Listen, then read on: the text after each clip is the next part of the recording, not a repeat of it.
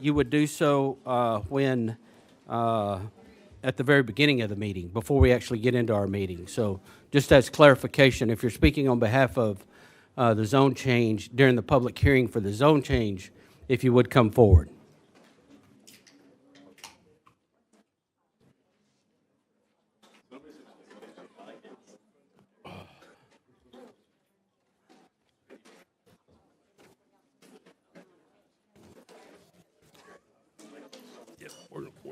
Hey.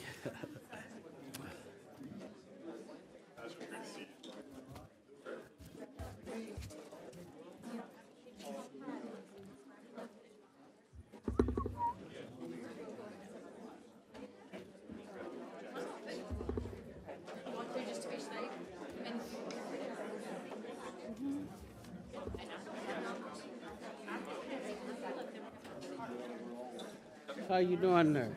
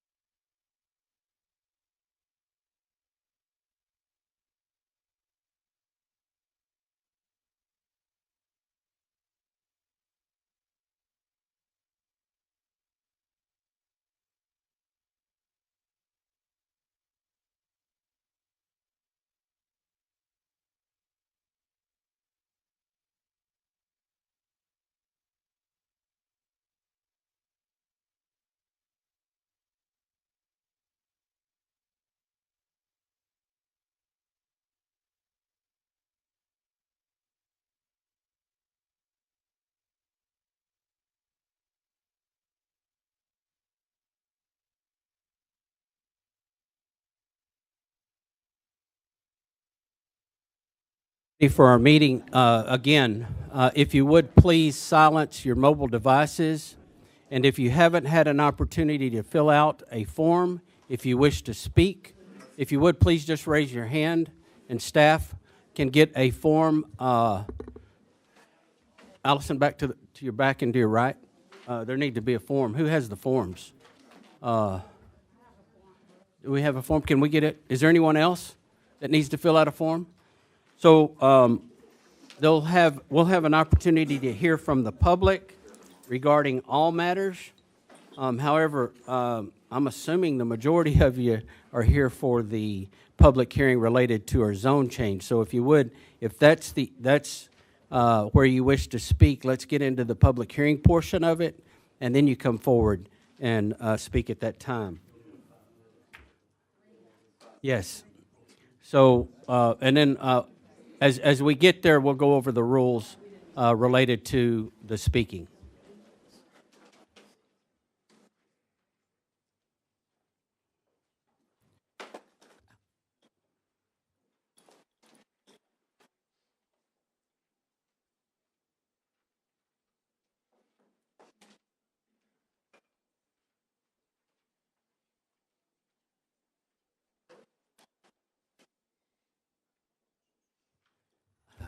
All right.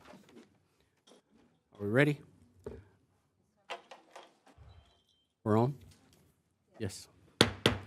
At this time, the mayor will call to order the regular city council meeting for April the 8th of 2025 in the city council chambers at 201 East Nash Street, Terrell, Texas. I have with us here on the dais District 2, Donna Renee Anderson. District 3, Mayor Ronnie Velasquez. District 4, Mayor Pro Tem Stephanie Holmes Thomas.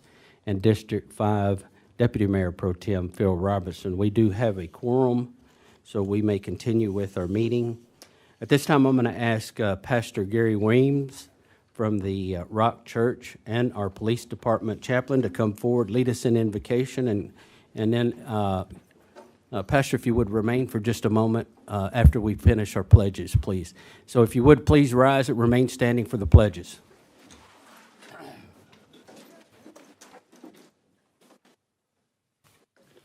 Shall we pray? Father, today we want to thank you for your blessings and the benefits that you send our way. You have been good to us individually and corporately as a community, and for this we are so thankful. As we stand in this chamber tonight, we recognize that you are a God of order, that you have put order and government into our lives for divine purpose. I pray that you will give this council the wisdom, the understanding, the mindset that you have chosen for us to live by.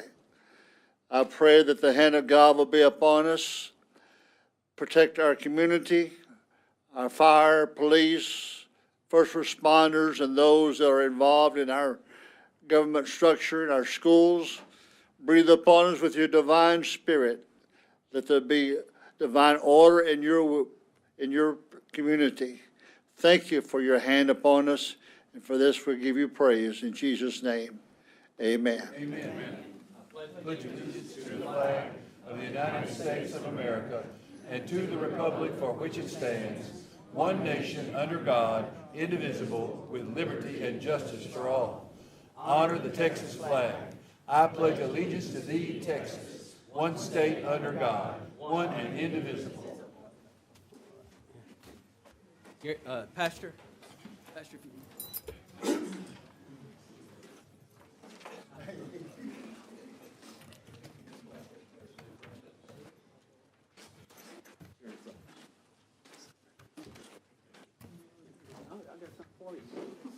I'm not going to embarrass you. So, hey, it is customary for the mayor to give a challenge coin to those who come and lead us in prayer at our meetings. And, of course, means you go way back with the city of Terrell. You also go with our police department. And we want to say thank you for all of your service to this community.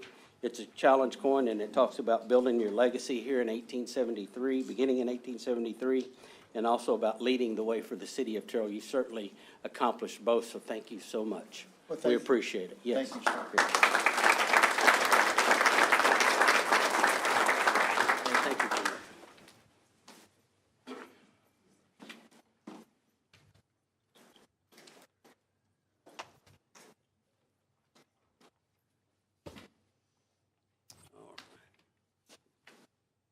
Okay, our next item on the agenda is for the mayor and council community recognition and events. Is there anyone here that would like to speak to the mayor and the council not regarding one of our zone changes? Do we have anybody who fill one out? Nope. Does the council have any community recognitions? Do we have anything coming up that y'all would like to mention? Mayor, I would like to give city staff thanks, especially at Raylan, for working with me and regarding the project. I'll call it a project. Went to Gilbert Willie Elementary School and met with a couple of students. And Nicole, I don't think I see her in the room, but Nicole also joined me, and we were able to meet with third and fourth graders who, man, they have a way wider imagination than I thought they would, and were a lot more interested in doing the activity that we shared with them. So we talked about the downtown area, things that they would like to see in the city of downtown Terrell area. They were able to draw, whether it was a stick figure or that they wanted an ice cream shop in the area. Even a Stanley store in the downtown area. But it was really fun to be able to be around a group of young kiddos and just hear what they want to see and have in their community. And it was so fun. So thank you to Gilbert Willie for inviting the city of Terrell to spend time with our future. Wonderful, thank you. I want to take a moment also and thank the K-Kids for their gifts. We always look forward to those. We got an umbrella this time. So Patty, good job on the umbrella. Patty Yoakum is responsible to helping the kids buy and purchase the things for us, council, just This FYI. time they wrote a loving note that would be very helpful for me this evening. Yeah, it's funny, and they do manage to brighten you up when you need it the most. So thank you for that. At this time, I also have a special proclamation. Becca, would you come forward? She's our librarian.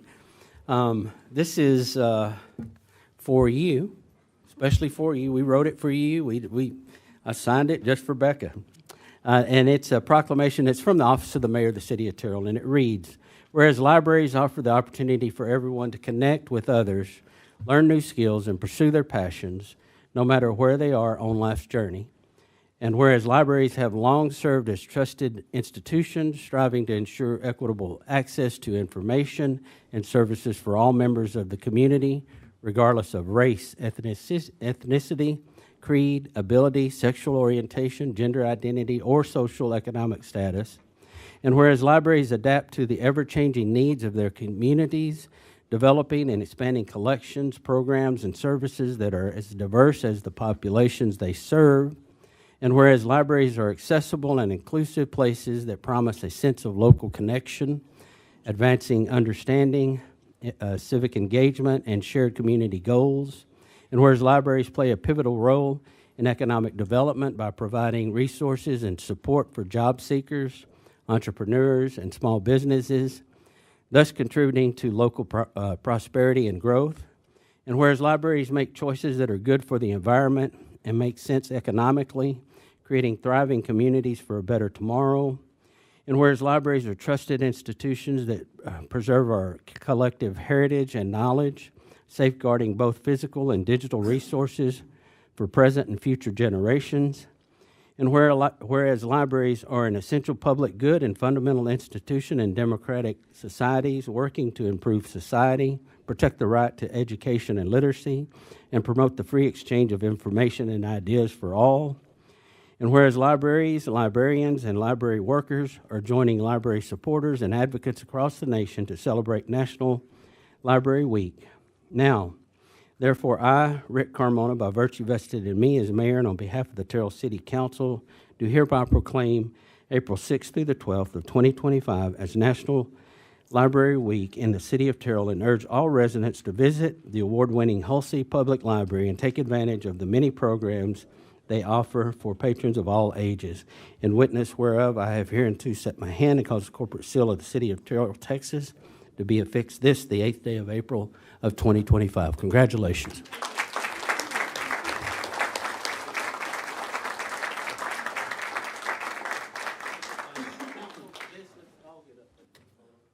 know we're all supportive of the work that Becca does in the library. Thank you. Happy today. Doesn't take a lot, does it? No.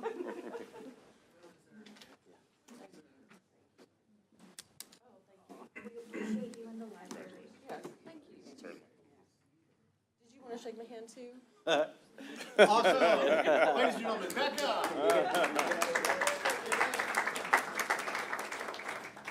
Wait, is it up? Okay, good.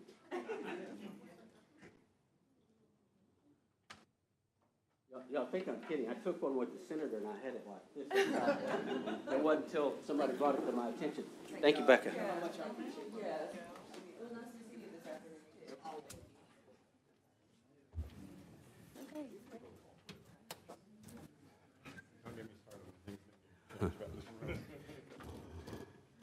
There's a list.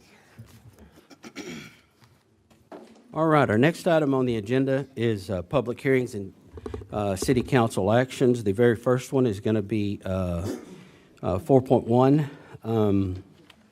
But before, so let's do this.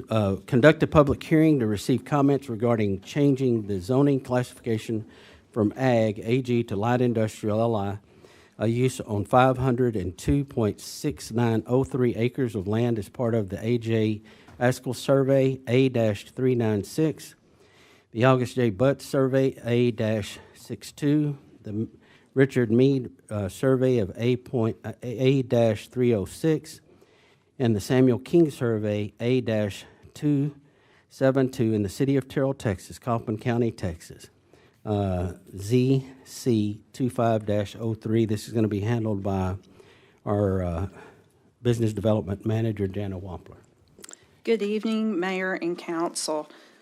Tonight I bring you a zone change application in the form of a plan development.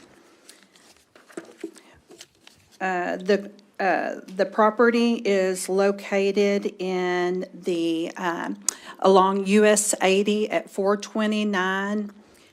It is currently in the city limits. It is zone agriculture. The property owner would like to rezone the property of the 502.6 acres to a planned development. The property is located in the A.J. Pascal Survey, Abstract 396, the August I. Butts Survey, Abstract number 62, Richard Mee Survey, Abstract 306, and the Samuel King Survey, Abstract 272, in the city of Terrell, Kaufman County. The property is located at the southeast intersection of Highway 80 and FM 429 in Terrell. The landowner, who is Terrell Land 500 LLC, is currently under negotiations with Vulcan Industries Company, who is proposing an industrial business park with a rail yard, batch plant, sand and gravel stone cells. The zoning complies with the use of the property, as well as the City of Terrell's comprehensive plan, zoning ordinance, and all our codes, studies, and plans as applicable. 16 letters were sent out to the adjacent property owners within a 200-foot buffer of the property. At the time of the planning and zoning meeting last week on the 27th, we had received 2 letters that were not in favor. Since then, we've received 8 additional responses not in favor, with 1 in favor. The newest one that's not part of your packet came in from the actual property owner itself, and her name is Shivia, and she currently lives at 416 Quiet Circle, Plano. And I have copies of that should you like to receive a copy.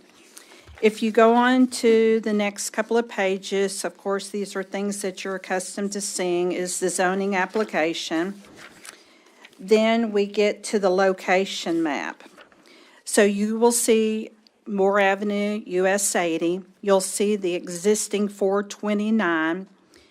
And then in the item that is in red and highlighted in the blue bolds is the 5 parcels that make up the Vulcan parcel.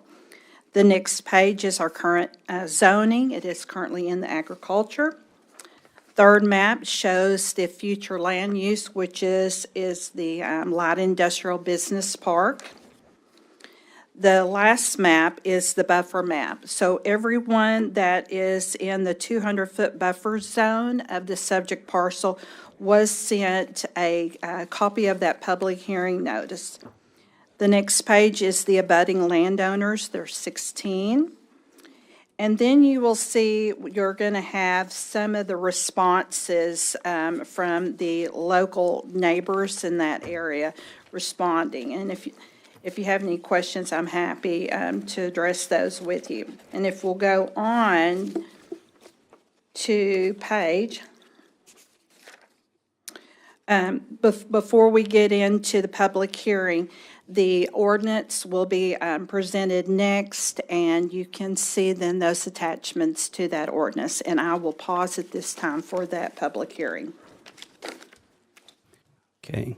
So if you would, please read into the record the ordinance. Is that, do we need to read the ordinance or no? No, not in a minute. Do the public hearing first. Okay. Then we'll read it. Okay. So typically how we do the public hearing is we allow comments to be made, and those comments are limited to 3 minutes. In order to give everybody an opportunity to speak, please keep your comments to 3 minutes. If there's something that you would like to enter into the record, if you would just do so at the mic, that would be one way. I know that I need to acknowledge that I was sent some video, which I would like to be a part of the record, so I will pass that on to our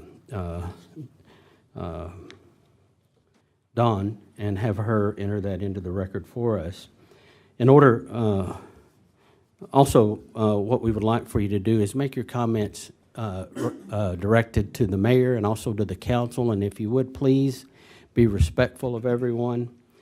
We look forward to hearing from constituents and from everyone. Again, we just want to make sure that we allow proper time. So at this time, we will do the public hearing. Yeah, to discuss and consider.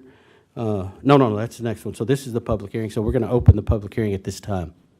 And if you would, please call out the first.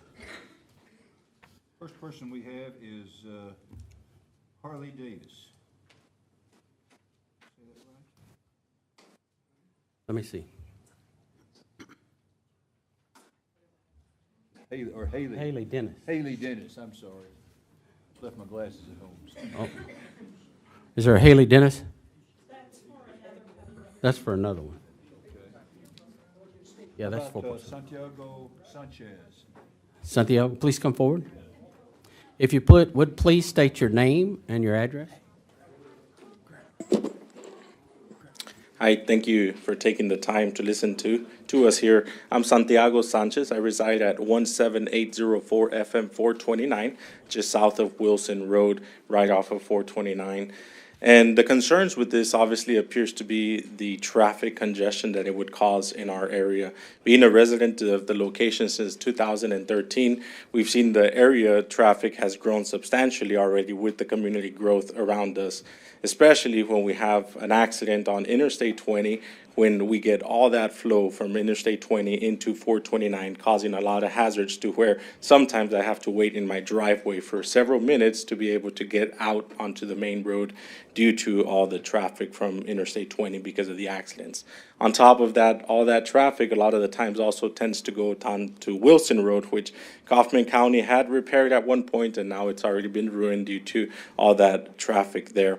As well, the hazards that comes with the curves is obviously a danger as we're going through those curves. They're limited sight. And at times, I've seen cars that just end up in my ditch with no reason, trying to understand why those cars end up there, considering there's also no shoulder in our road. Our mailboxes are across the street, and so we do have to cross the street on a regular basis to get our mail. The other thing is, when I remember years back when I was here, when the city of Terrell annexed all that land in that area, the biggest concern, what I was told by one of the representatives here, I can't remember who, was to keep control of what grows in regards to making sure that the entrance of Terrell is something pleasant to enter to. And obviously, I've looked at several locations for this Vulcan materials, the aggregate materials, and at different parts of the state, most of their curb appeal is not very appealing. It's just dry ground. And when I think of all that dirt, obviously you have dust, but then I think of that area in that corner tends to flood. What's that going to do if they're going to start raising to avoid the flood and cause all that water to go down to the creek that already has flood into 429 where that bridge is at, just a little south. And on top of that, if we're talking about economic development, I'm not sure that just a distribution center is going to bring a whole lot of jobs for the local community in regards to a lot of something like a big Amazon warehouse, something where there's more control, I'm assuming. Local small businesses, like for instance in Wills Point on the south side, on the east side, I believe there's some nice business locations, but it's not going to bring that congestion. So we ask that you consider our residents there.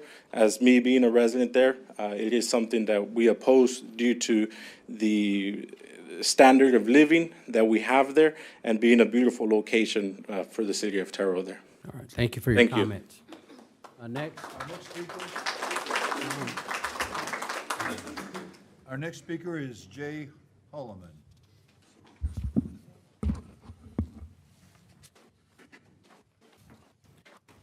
Good evening, Mayor and Council. Thank you very much. I wrote to you all this week, and I got responses from some of y'all, and I appreciate it very much. I'm here obviously against the proposal, but I am not against Vulcan, and I'm not against economic growth and development. I would love for them to come to Terrell. I would love for them to bring jobs and taxes to our city. The location is difficult. I live on 429, a couple miles down the road between Wilson Road and 80. That road has no shoulder. It has a median, is an orange stripe. It is hilly, it is curvy, it doesn't have lights. In front of my house is gonna pass trucks carrying 40 to 80,000 pounds every 2 minutes, the entire workday, Monday through Friday. That is a massive impact. Terrell City Council in the past has had economic development areas, industrial parks that are made for this. Putting that Vulcan where they want to put it, with their plan of traffic, the way they design it, turns my neighborhood into an industrial park. I didn't move to an industrial park. If you drive down 429, it's people like mine, small houses and small farms. It's not an industrial park. Yes, it has access to a railroad, which I know they need, and has pretty close access to the highway, which I know they need, but they've got to go through our neighborhood. 429 was and is a neighborhood. It is not an industrial park like Airport or out east of town, west of town. And I would love for them to come in an industrial park where they can get access to rail and highway, but not driving 80,000-pound trucks every 2 minutes past our house. My mailbox sits about 1.5 feet off that road. It is crazy. There's a lot of traffic that comes on that road. It's not just the homeowners who are be affected. A lot of people come in and out of Terrell for work every day. You sit in my house, you can see it. It's not bad. It's how they come to work. But that is going to drastically change when you have trucks going up and down that road. An 18-wheeler every 2 minutes in front of your house makes a big impact. And I'm not talking about resale. I'm just talking about safety, okay? I appreciate what y'all have to do. It's a tough job. And I want Terrell to grow. I moved here 2015 from North Dallas because I thought this area would grow. I just didn't expect an industrial park to be my front yard. And I know everybody doesn't want something in their front yard, but literally, this would be like putting an industrial park in outside somebody's neighborhood. It will impact them. And I know zoning to that area is maybe legitimate, but it impacts more than just that square area of red and blue up there, because those trucks have to come and go from somewhere. And that's my mailbox and my front yard. And if it was yours, you would be standing here also saying, guys, I didn't move here to be an industrial park. Please bring Vulcan, but please bring them to an industrial park. We have them. They can buy land in industrial park just like all the rest of the businesses have, and coexist wonderfully in Terrell, bring taxes and jobs. I would like for that to be the solution. Thank you. Thank you. Next. Our next speaker is Cash Lockhead. And standing by, Mr. Bill Swan will be following him. I'm Cash Lockhead. I live at 19272 FM 429. I own 327 acres that borders this 502 acres on two sides. Out of all the 10 letters she received, I probably have the most footage, as far as border. And that's not really the part that bothers me. The part that bothers me is 429 on the front side.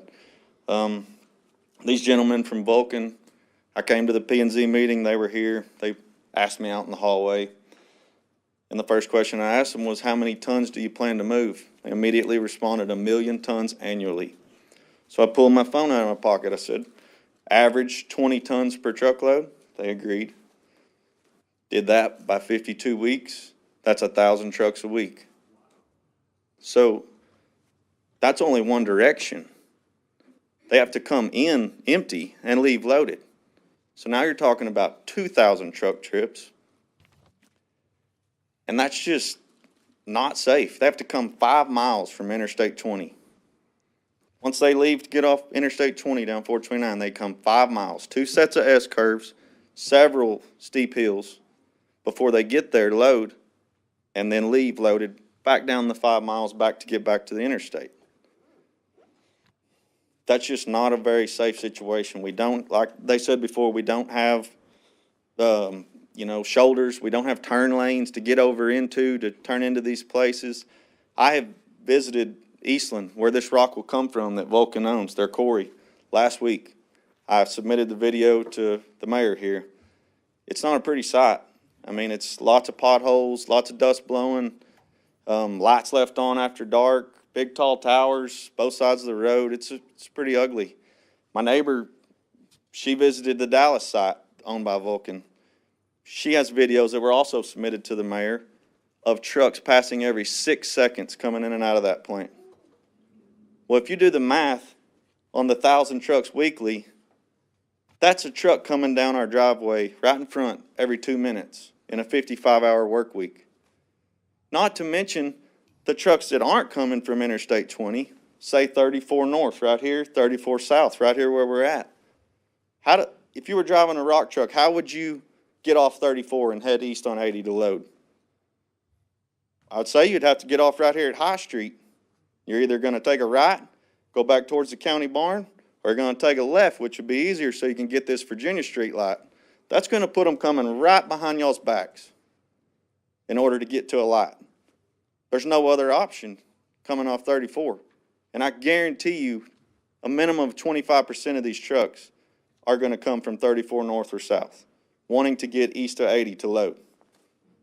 And that will impact the city tremendously. We're all here complaining about 429 traffic, but think about the town. Think about how many will come right down through the middle of 80. Those drivers are just going to type in the location on their GPS, fastest way there. They're going to follow their GPS to get loaded. They said that they plan to control who turns left or who turns right on 80. I don't know how in the world you could come up with a way to control that. Maybe a guy sitting out there on 80 saying, "Where are you headed, sir? You're allowed to turn left." I don't see that happening. I mean, that's just no way to control the magnitude of these trucks to where they come in and where they leave from. It's not possible. There's some things that could be controlled in this situation, but the truck traffic is not one of them. Thank y'all for y'all's time. Thank you for your comments.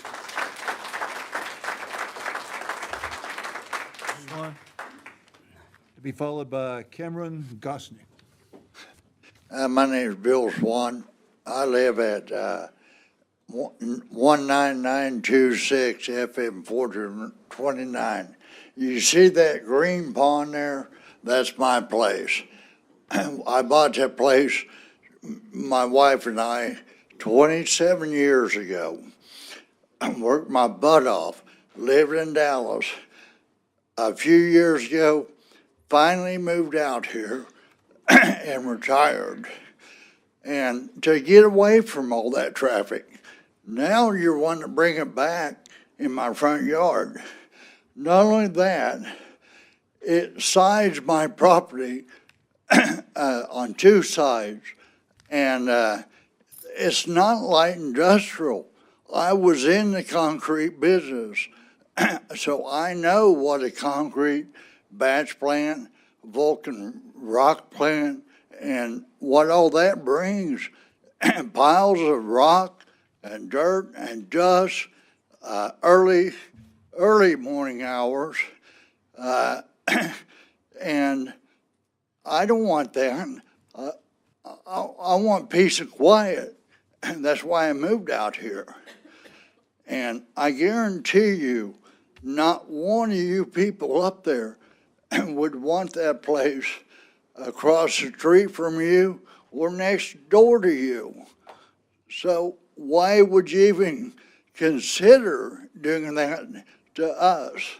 It's not right, and I ask you to please take into consideration the noise, the pollution, safety, traffic.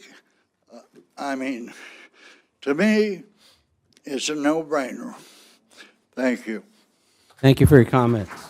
Next, Mr. Cameron Goswick. Cameron. Okay. Mary Prechter.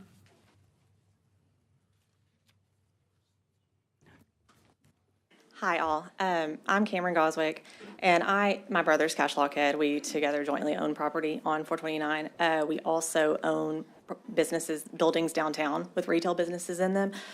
So while my concern is 429 and the traffic and the effect on that, my concern is also downtown and the fact that I want the city of Terrell to flourish. I want jobs and the city to be a place where people want to come and want to live, and all of the downtown renovations of millions of dollars that are being spent to make it beautiful and a place that the parks and the landscaping and all of that are fantastic. But if you have rock trucks barreling down Highway 80 all hours of the day, then how are people going to parallel park on 80 to get into the retail businesses that run right down 80? There are business owners currently that are complaining and said they've submitted complaints to the city about the rock trucks, or not necessarily rock trucks, but heavy trucks coming down through downtown, and haven't gotten any solutions on that. So if we add this extensive amount of traffic, I just don't know how, like my brother said, a rock truck driver, they're going to put the GPS in. They're not going to limit themselves to not come down 80 through downtown. I mean, they're going to go the fastest route. They get paid per route.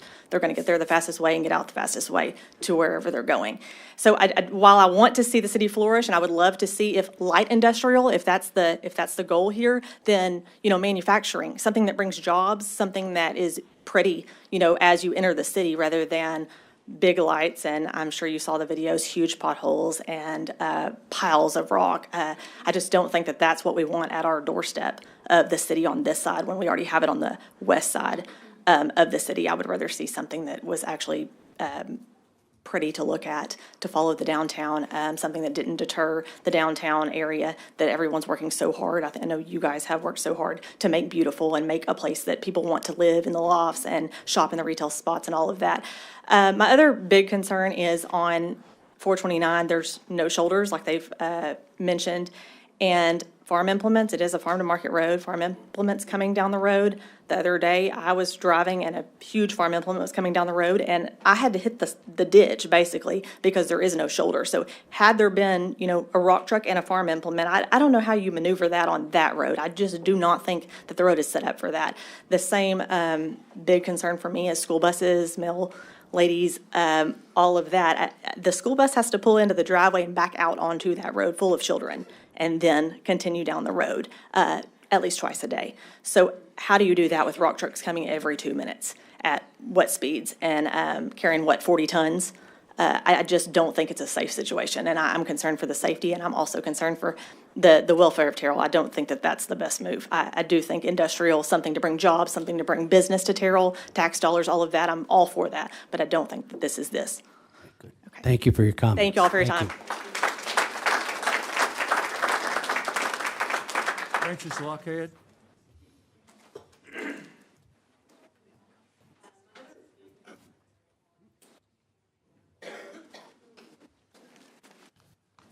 My name is Frances Lockhead. I'm Cash's wife. I live at 19272 FM 429. I too am very much opposed to the idea that the city would allow Vulcan Materials to develop the neighboring property into such a heavy industrial facility. I would like to also focus on the factors of the truck traffic. FM 429 was not designed to accommodate the traffic load mentioned. It's a 2-lane undivided road. The type of traffic we're discussing will crush the road, which in turn will destroy our vehicles in multiple ways. The road has no shoulder, doesn't have any turn lanes, there's blind hills, several sharp curves without guardrails, and a very steep bar ditch. It's a residential area. I don't believe that our residential area should be subjected to heavy industrial truck traffic. I don't even want to imagine a loaded dump truck or a loaded semi coming over the blind hill or a blind curve, and one of us just sitting there waiting on the oncoming traffic to turn into our driveways. Every morning we hear the school bus turn around in the middle of 429. That would be completely out of the question if this goes through. I'm not sure how the school bus would even stop to pick up the kids or drop them off. The same goes for the garbage truck and the mail person. There are so many areas that are full of growth, but that growth is tasteful. I hope that Terrell can be fancied as one of those areas. Thank you for your comments. Next, Next would be Mary Preckler. Mary. Right, Mary? Okay. What, wait, they're on the right one. Is there a Mary? Is it Putler, or I can't make it out. does that look right? I'm not going to talk about anybody's handwriting, though, any worse. I'm going to call that Gary Butler. Is that Oh, Butler? Gary? Gary? I apologize, my bad. When I have the best eyesight, that's really Hey, Gary, a bad thing. if you would please come forward, I apologize. I do apologize. I'm just repeating what he said. Well, and I'm just trying to make it out, I tell you. And Gary, I recognize here that it says that you were listed as non-speaker. So Yeah, and here I we am. didn't quite catch the check mark Well, there, if you but would like to speak, you have 3 totally minutes. up to you. I really don't have anything to add than what everybody else has already has said. Francis made a good point with a school bus. How's that going to be safe? We don't have any kids, but we have dogs. And I'd sure hate to see them get run over by a big old cement truck, you know what I mean? Anyway, that's all I have. There's nothing for me to add. Okay, thank you for your comments. I Yes, sir. apologize. Apologize again for the No name. worries. Put me on the spot. Sorry. You did good. Jeannie Webster. There she is.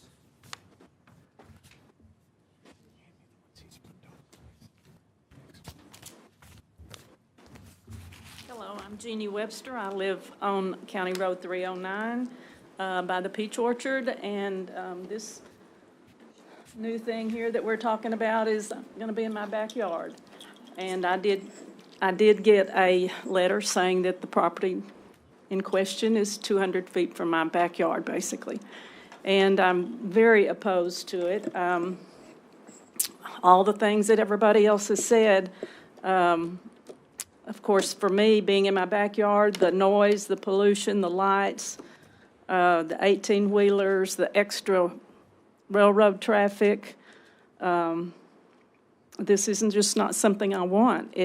I hope everyone here will consider the negatives of this endeavor and vote no. Also, the safety of the school kids, the mail person, even the people walking out to get their mail.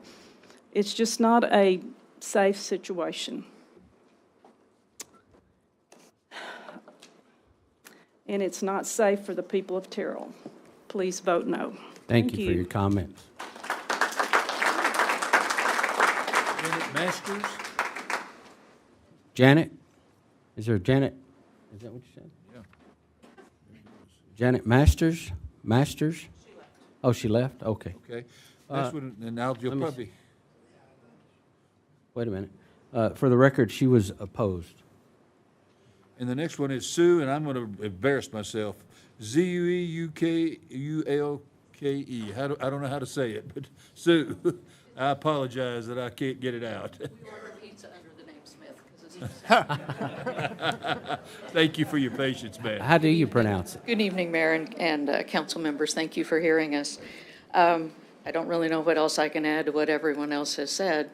My husband and I just retired here a year ago from Plano to escape the concrete, the chaos, and the craziness of Frisco, Plano.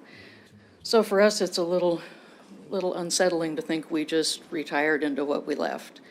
In addition, our property actually backs up to Airport Road. So if this were to go through, we would have industrial both in the front and the back of our property. And that's just not acceptable. The safety, the noise, just the increased traffic, and all in all, we'll be losing the whole purpose and the whole peacefulness of 429 and the beautiful ranches and kind people that live there. So again, I'm going to voice my opposition to this and hope that you would all take a moment to think about how it will impact our lives and the dust and the noise. So thank you for your time. You're welcome. Thank you for your comments. Gary Oku. Gay. I think it's gay. What? I think that's Gay? Is it gay? Gay. Gay. I apologize. No problem. I tell you, It's not a common name. I'm never going to talk about anybody's writing. I'm the worst in the world, so. Yes. Hi, my name is Gay Oku. I live at 17712 FM 429. I'm opposed to this. I mean, we have a beautiful area we live in. This road 429 was not built for these heavy trucks. What happens when rocks get thrown? Am I going to be a target trying to go get my mail? You know, you get on a freeway, you have an on-ramp. We have our driveway, and, you know, how do we get between these trucks? What if there's an emergency? We have no shoulder, like everyone else said. It's just not, our mail lady, she's a wonderful person. I hate to think of her getting rear-ended because she's pulling over, putting mail in a mailbox. And the stress, the noise, what is it going to do to all the farm animals? Will they stop producing? I mean, it's just, this road was just not built for it. So, and what about our foundations? Those heavy loads, is that going to do anything to our property values? What will happen there? So, anyway, that's it for me. Thank you for consideration. And Thank I you for your oppose. comments. You bet. Thank you, ma'am. Matthew Malone. Matt Malone? Matthew? My neighbor. There he is.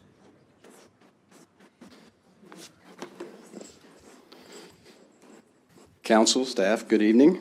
My name is Matthew Malone. I live at 507 Griffith Avenue in Terrell, Texas. Currently on the Planning and Zoning Board. Previously served on the Parks Board, and I was an ex officio member of the Paddock Board, which is Parks in Downtown. Been a real estate agent since 2006. Have my broker's license since 2010. I started right here in Terrell, Texas.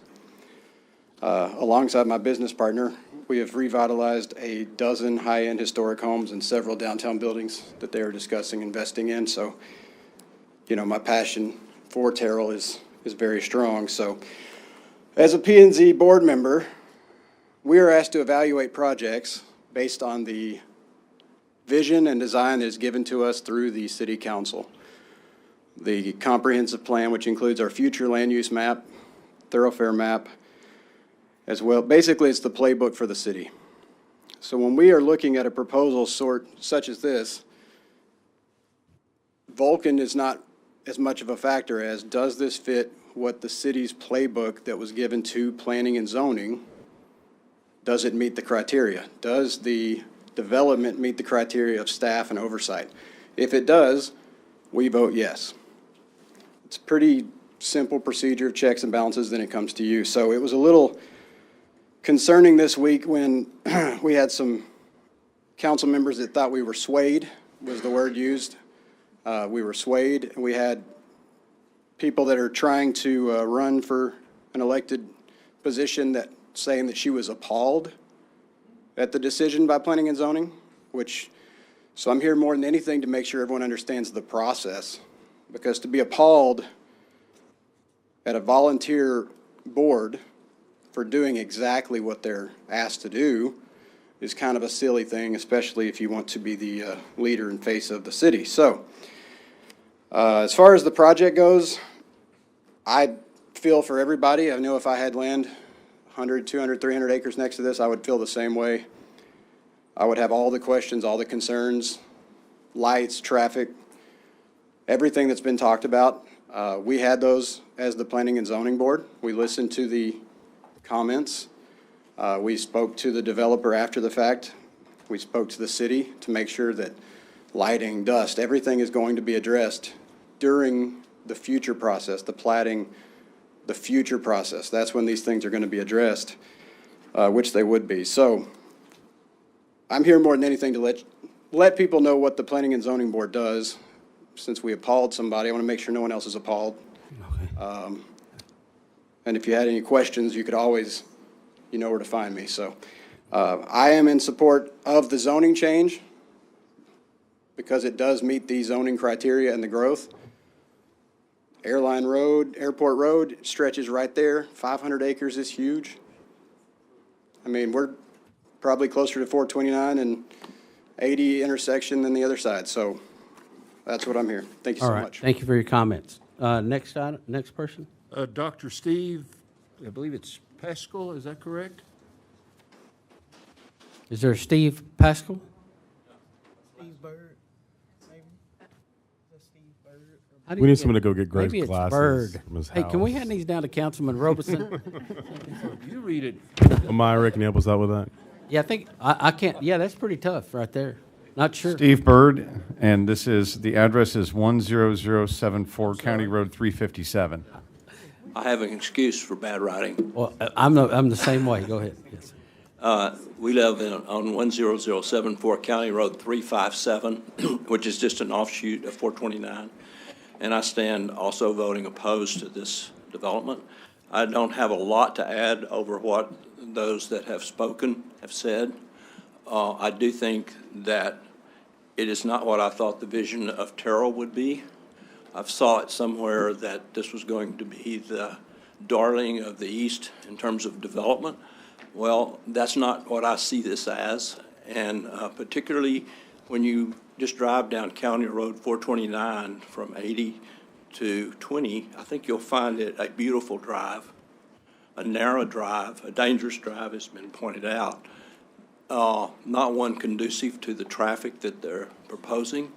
And I do think that since the road was developed just 2 years ago, redone, if you look, or if you have seen, you'll see repairs that have been required on it since the diversion of traffic, the big trucks that are coming off. There's been multiple repairs where it's already broken down. And that's just with the coincidental large trucks, not what the freight line that we're hearing is going to occur. So, first of all, I don't think it's what I looked at when I moved from Dallas to the couple of hundred acres we own and have lived on for 30 years. That's not what I was looking for. That kind of change, I think it's going to destroy the beauty of that ag residential area that everybody's been speaking about. Thank you. Thank you for your comments. You bet. Lisa Bird. Lisa Bird?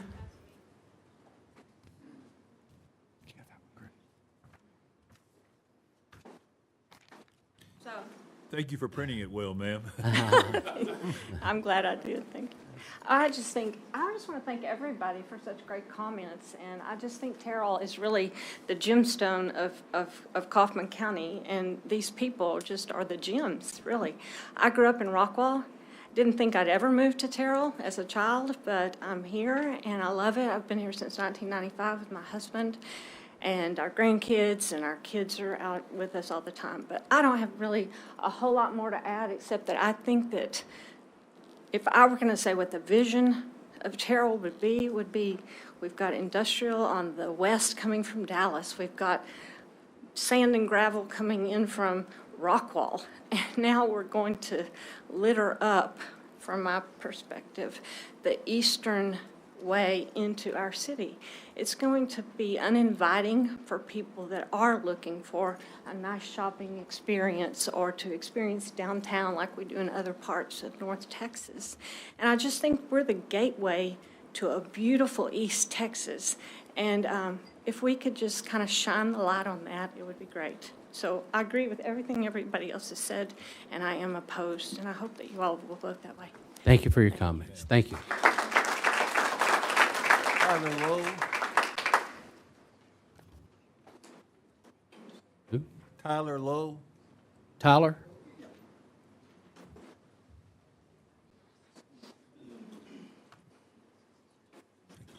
Good evening. Tyler Lowe, Vulcan Materials Company. My address is 3867 South Cove Drive, Birmingham, Alabama. That's right, I live in Alabama, but I grew up down the road in Henderson County. My brother, nephew, sister-in-law live here in Kaufman County.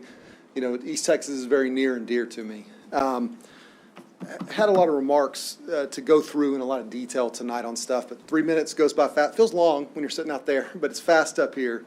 So I want to hit on a few things. One, who is Vulcan? We're a Fortune 500 company headquartered in Birmingham. We operate in 24 states, 4 countries, the nation's leading producer of construction aggregates. So we take big rock, we make it into small rock, and that's used to build schools, houses, churches, everything, roads, you name it. Why does Vulcan want to be in Terrell? And that's really what I want to focus on. I appreciate what everybody said out here. I understand it. This is stuff we're listening. We've been talking to the city for almost 6 months now, and we're incorporating this feedback into the plan that we want to have. But the reason we came to Terrell, or we want to come to Terrell, is there's growth happening here. And growth requires aggregate, and we want to be a responsible partner in that. And we started looking for property. We thought this is a great area to be in, and the first thing we did is we pulled up the city plan. And we saw that this 500 acres, and this exact 500 acres, if you look at the city limits, is zoned for an East Side industrial business park that is light industrial. A city speaks through its documents and plans. And so we called the city and we said, hey, we'd be interested in coming here. Here's who we are. Here's what our operation would be. And I think if the city staff's been great to work with, and I think if you ask them over the last 6 months, we've heard these concerns. They've raised them on your behalf, and they continue to do that. And you guys have done that in our meetings together. And we have mitigation measures in place. My time is running short, but I will say on dust, we have a dust suppression system built into our aggregate delivery system on site. Light, we'll have a photometric plan. Of course, we'll comply with what the city has. We can go above and beyond. Noise, we have, I've talked to you guys about white noise alarms we can use that are hyper-localized. Given the buffers we have on this property, that's not going to be an issue. We can work through all that. But I do want to hit on the trucks. And there's a few things I want to say. First, folks that are concerned about 18-wheelers, 18-wheelers are not the type of material that we move, okay? Second, there were some comments about how can we control where these drivers go. These drivers, like everyone in our industry and a lot of construction, are independent contractors that work with us. We have an app we use for dispatch that's sort of like an Uber to get them in. If we tell them you don't turn through downtown unless you have a project, and they go through downtown, they don't work for Vulcan anymore, okay? When you talk about downtown traffic, there's an aggregate facility on the west side of town. We would be on the east side of town. That's actually going to alleviate traffic in downtown because now you can service east side projects from the east side.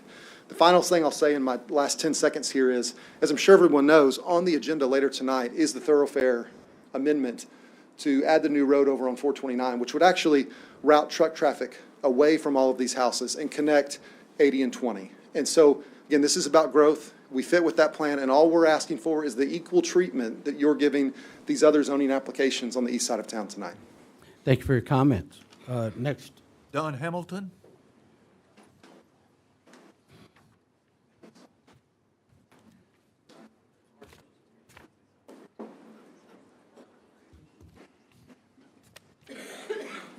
Name is Don Hamilton. I live at 18865 FM 429 South. Been there 70 years, on and off, within a half a mile of where I live now. My concerns is the trucks, mainly. 429 is not a semi 18-wheel friendly road. He just said that when this bypass that they're going to shut down 429 at the railroad track now, the existing, go back to the curve, straighten it out, and bring it out by Partners on 80 and bring 429 north in, supposedly to match it at Partners. That is proposed. It's been supposedly on delay, lack of funds. So when is that going to happen? In the meantime, we're contending with the sidetrack that the railroad put in. When you pull out your driveway, you flip a coin, where do you go, north or south? Taking a chance on the train being blocked on the sidetrack and sitting there 20, 30 minutes waiting to get past. And then once it passes the train, then the sidetrack train has to get out. So it's blocked again. You can take and go back around 5 or 6 miles at minimum to get back to town. So that's one concern that way. For trucks crossing across 80, I don't know this new part, how it's going to work at the interchange where it hits 80. Really don't see a good solution unless they put an overpass over the railroad, but hadn't seen that. Don't know if that's going to happen or not. But the other end of 429, say if they're coming off of 20, supposedly I heard 75% of the trucks are going to come down 20 to get to Vulcan. Then they're going to come down 429. The intersection at 429 and 20 is terrible. There is wrecks all the time right there. They just repaired the guardrail yesterday, I think, that somebody run through it going across, and it's a two-way. It's crazy, it's messed up now, and it really would be a nightmare with 18-wheelers involved in getting off at 20 onto 429. People's talked about the 429 not having any shoulders. The state just reworked it about a couple of years ago. They raised it 13 inches. When they did that, there's no shoulders, and if the trucks get off the side with a tire or something, they're gone, because getting back on is about a 6-8 inch drop. So time's up, but I'm against it. I'm sorry. And the citizens of Terrell just don't realize how much this is going to affect them with things. Rock trucks are notorious to be bad for the roads. Rocks fall off of them. You have chipped windshields. You have chipped paint, and it's just a never endless deal. And then they're just not a real good, friendly vehicle to be on the road with. All right. Thank you for your comments. You bet. Next, Eric Schwarzbach. Eric? Eric? Or Erica? Eric? There he is. Hey. Thank you, Eric. Eric Swainbank, 16300 FM 429. I don't really have much to say. Everybody else has covered pretty much everything you could possibly imagine here. The biggest issue for me is the safety factor. I live up on the southern end of 429, closer to 20, and the amount of traffic is just absolutely insane. You have accident on 20, have an accident on 980, it all backs up. I can't imagine how many trucks are going to be backed up with cars while we, the residents, can't even get out of our own driveways. It'll also destroy the roads, as Don said before. We just had the roads redone about 3-4 years ago. They aren't going to hold up to this kind of abuse. It's really more of a safety thing for me than anything else, and I think that's about it. All right. Thank you for your comments. Yeah, thank you. Troy Britton. Troy Britton? Howdy, council and Fellow classmate. yeah, Troy Britton, 16515 FM 429, and I'm opposed. I like everything that all these people have said already. I'm a volunteer on the Elmo Fire Department, and the comments about the wrecks down there at the bridge happens way too often, and with big trucks in there, it's going to be a traffic nightmare with trying to direct traffic around stuff like that with those rock haulers. And I have the same concerns about the road conditions and the I'm also a employee at Department of Transportation. I've seen rock trucks and sand trucks turned over in the Crandall area where they're taking these curves too fast. And independent truckers will do what they want to do for their own safety, for their own situation. They're not going to listen to whoever's loading them in the plant and telling them where to go and how to get there and how much they can haul and things like that. They're not going to abide by other people's rules when they're trying to make extra money to haul heavier loads and get away with what they can. Their trucks are not going to be up to standard for safety. All of that stuff is always what truckers try to do to get by. I know they're trying to make more money and it just won't be safe out on 429 when my wife tells me to go play in the highway. So I'm opposed, and thank y'all. Thank you for your comments. Pam Britton. Pam?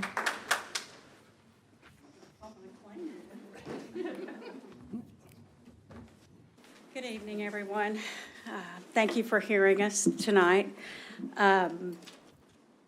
We live on 429 at 16515 429. We have approximately 32 acres there. It's been family land for 4 generations. We live out there primarily because it is rural, it is quiet for the time being, and we want to stay there. The concerns I have, the biggest concern is the safety. The road is not designed to handle the significant increase in traffic that will come along with this plant at FM 429 and Highway 80. The road would be destroyed and obviously cause damage to vehicles. The increased traffic, as you've heard time and again, it has many blind hills and sharp curves. I live on the south side. I know we talk about this other portion of FM 429 being redirected to intersect with the other 429 on the north side. It's not going to help me. I live on the south side of 429, and as a number of us do. So the traffic is going to be still there. The other thing is that with the increase in traffic, it's going to likely to bring an increase in other hazards like auto accidents and personal injuries. I've heard a lot more that I didn't even think about. The school buses, the going to get my mail. My mailbox sits right on 429. I'm inches away from 429. And just to think that I already have to be careful because there's a blind hill. But if there's a truck coming by every couple of minutes, I can't even imagine what would happen. And the other thing is I was thinking about the speed in which emergency vehicles can respond. There are no shoulders, as you've heard tonight. There are no turning lanes.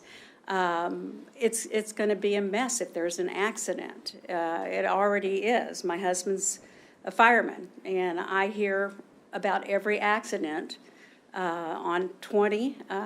He's on the Elmo Fire Department, and it's scary to think that my neighbors and myself might be involved in that.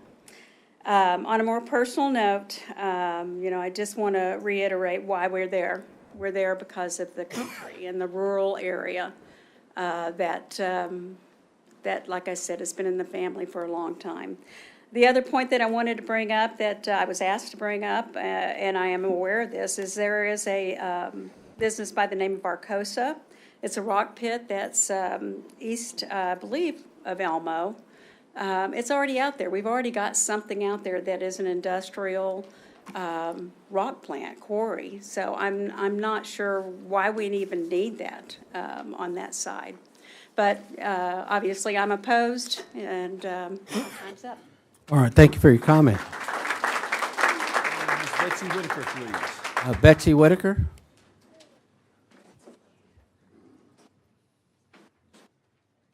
Tell an attorney she's got 3 minutes, like telling the mayor you got 3 minutes. That's 30 minutes, please. 3 minutes, please. Very much an attorney, I will tell you. I guess not. Mr. Mayor, can Yes. I address the two videos of 6 seconds apart of highway without my... You can address it, yes. So Cash said that was me taking 2 videos at the entrance, in and out of Vulcan. I was in front of Vulcan, and then I took a left and went down a block, and then I went another block, so I could see not just Vulcan's approximately 20 acres, but the entire 100 acres that has other very similar types of industries. And I took these videos because I thought it'd give a feel for how much traffic can be generated with a site as big as this one, 100 acres. And I was actually surprised that my 2 separate independent videos were one truck every 6 seconds. Anyway, that's the comments I wanted to make. Okay, gotcha. Now I go. Yes, please, 3 minutes.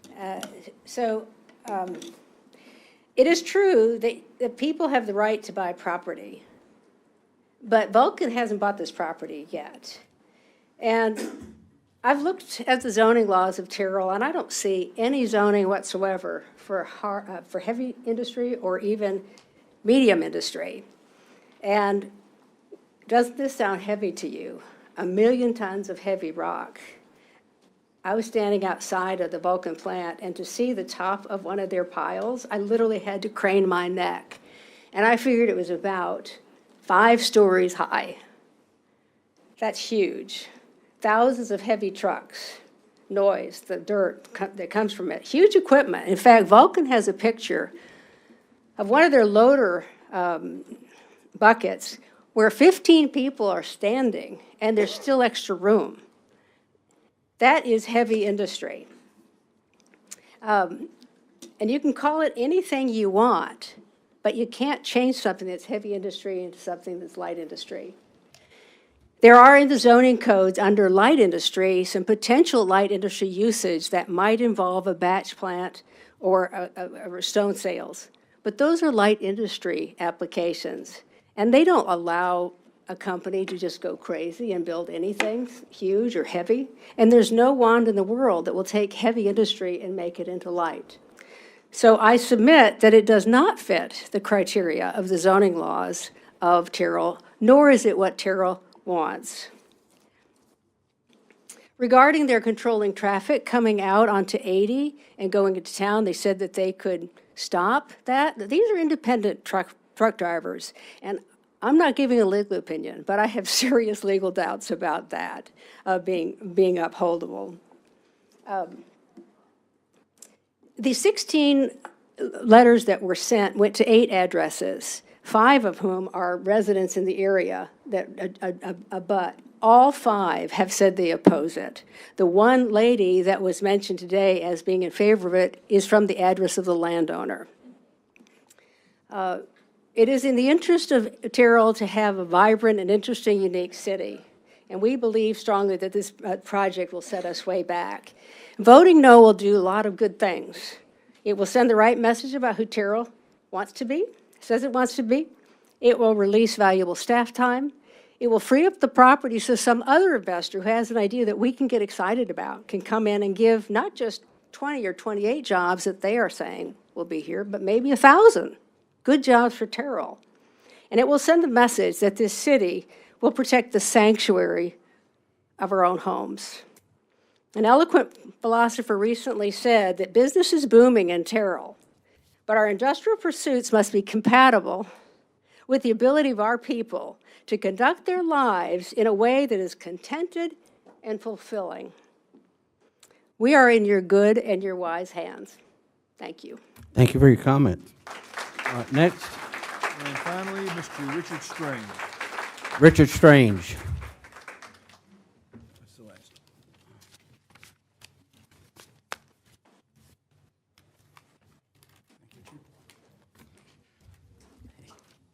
Mayor, Council, my name is Richard Strange.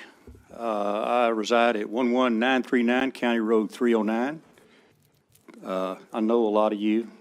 You know, that's the Peach Orchard. My wife and I, Sharon, we reside there on the orchard. The property we're talking about is Sharon and I's homestead property we purchased a while back. It's 100 acres. It backs up to the right along the highway. It starts right at the edge of the highway there on the map, up in this corner by the that kind of the blue area. It's about 1,000 feet behind there. We actually have like 1,000 peach trees on our property that we lease to the orchard. And I guess I want to kind of lean toward the family side of this thing. I mean, the orchard, our family, we have 3 different families there. We've been there 45 years. My wife and Mr. Ham started when she was a little girl, going down there picking peaches and selling on the side of the highway off of a truck with a tailgate down. So we've been there quite a while, and I've always thought that we've been very good neighbors to the city of Terrell. We're one of the largest agritourism businesses in Kaufman County. We're probably the largest farm-to-market store in the state of Texas. We have thousands of people for 45 years have traveled out of the Dallas area. They come out, they want to get out of the city. They want to come out to our blackberry patch, pick blackberries. They want to see the countryside. And they talked to somebody alluded earlier about it's the gateway to East Texas. It's been beautiful out there. But now this project that supposedly comes in, I could go on and talk and spend my time talking about, everybody's covered it. Cash has covered it. Everybody's talked about the trucks, the dust and all that. But I just want to say on the side of the the real person side of this, these people that live in this area, these residents have been there for years, and there's some really wonderful people. We've got to know a lot of these people the last 30-something years since we've been down there, actually moved down there. So these are really, really great people. And just because they have a home that's, say, on a large amount of acres and they've got this house, I thought about it the other day, and I'm just contemplating it. What if this was and say City of Terrell had a gated community, kind of like Buffalo Creek or something up in Rockwall. They have $1 million homes on little quarter-acre lots around gated. Do you think for a minute that I'm just asking you guys, would you vote if these people were in that gated neighborhood to put a rock plant like this 200 feet behind their back of the gated community? It would never stand. I can answer that for you. You wouldn't do it. The only difference is we've got large amount of land. My land's still worth millions of dollars, and I was planning on building $1 million house up on top of that hill. But the top of that hill on that map right there is one of the highest points off of Highway 80 there. I would look out my back patio, all the windows of the back of my house would look right down on top of this plant. And at night, the light would light up. It'd be like the Cronin Business Park. It would just be lit up with light pollution. I started feeding the deer down there 5 or 6 years ago, putting corn out. There hadn't been deer in that area in a long time, but now there's actually deer. I could show you video. There's deer. I've got deer coming in there now for our pleasure. That comes in there, the wildlife's gone. The poinsettias over here, I know my time's up. The poinsettias over here, that's a wildlife, a Texas wildlife preserve, documented. So that's been there 50 years. So the wildlife is all going to be gone. But I just want to put the side of the real people. It's these people here. They're good people. And I just would pray that you guys would listen to us and just hear our voice. And I thank you all for your time. Thank you. Thank you for your comment. Is that it? All right. As customary, I'll ask one last time, is there anybody who would like to speak for or against this project before I close the public hearing? Actually, I would like to, but I'm not coming up there. No, ma'am, if you have to, we have to get you on the record, yes. Sorry. I'm not a public speaker. No, I'm not. My name is Donna Poinsett. My husband is Roy Poinsett. We have the wildlife management area, 165 acres adjoining Vulcan's proposed industry. It will ruin everything we've worked for 50 years. And I don't want to get teary-eyed, but I probably will, because that's been my home, our home. We've raised our kids. I've raised horses. That property is so valuable to us here, and we do not want it destroyed by noise, by light pollution, by all the stuff they're talking about, and the traffic. When I turn into we are the first home on the left, on top of the hill, after the big turn at the tree farm. I have to be careful because of normal traffic zipping around me, and I'm trying to turn left. I can't imagine what trucks would do. And the extension of 429 that they're proposing, it starts at the tree farm. It will hurt the swans, and then we're next. And Randy Lockhead, across the street from us. that's not going to help any of us, and it's not going to alleviate any of the traffic issues or road issues. Thank you for hearing me, and I'm Thank you. sorry. Thank you. Is there anyone else? Yeah. Go ahead. Come on. How you doing? My name's Eddie Avalos. I live at 10094 County Road 307 here in Terrell, Texas. I'm opposed to this, and I'm going to bring something that hasn't been brought up much. A lot of people have been talking about safety. All right? Well, me being a law enforcement officer for over 40 years, I could tell you safety is the most important thing here. You're going to have an increase in traffic on that road. Where are we going to get the police officers? You said that parts of it are annexed by Terrell. Terrell's already at a low point in having officers protect our citizens. So we're going to have to increase as well with the public services. If they have a wreck with one of these trucks, hazmat's going to be having to come out, and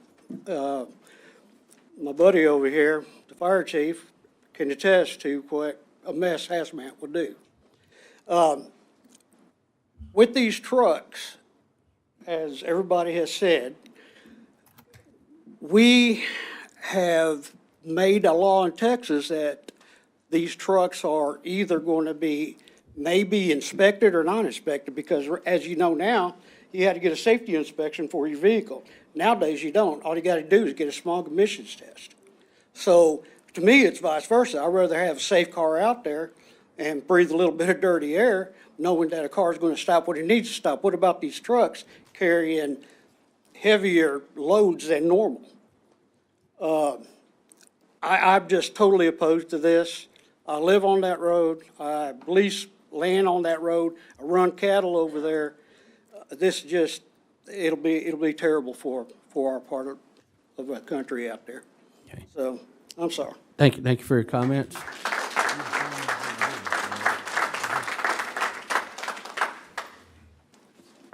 Good evening, gentlemen, ladies. Only have three things to point out. My name's Troy Harwell. I live at 501 9th Street here in Terrell. Light industrial, I believe we've stretched that to the limits. Just because we don't have that much equipment out there does not constitute this as light industrial. 50 trucks a day is heavy when you're looking at 80,000 pounds, truck and trailer. Funding the bypass to make it a little bit safer. Who's going to pay for that? Citizens of Terrell? And then no one has brought up we need an environmental impact study done. It's going to choke out Ham's Orchard within 3 years, just the dust that's coming across there, much less the poinsettias and the trees. We're not going to have the bees pollinating these areas. That's what I believe, and I believe we need to table it until we get an impact study done. Thank you. Thank you for your comments.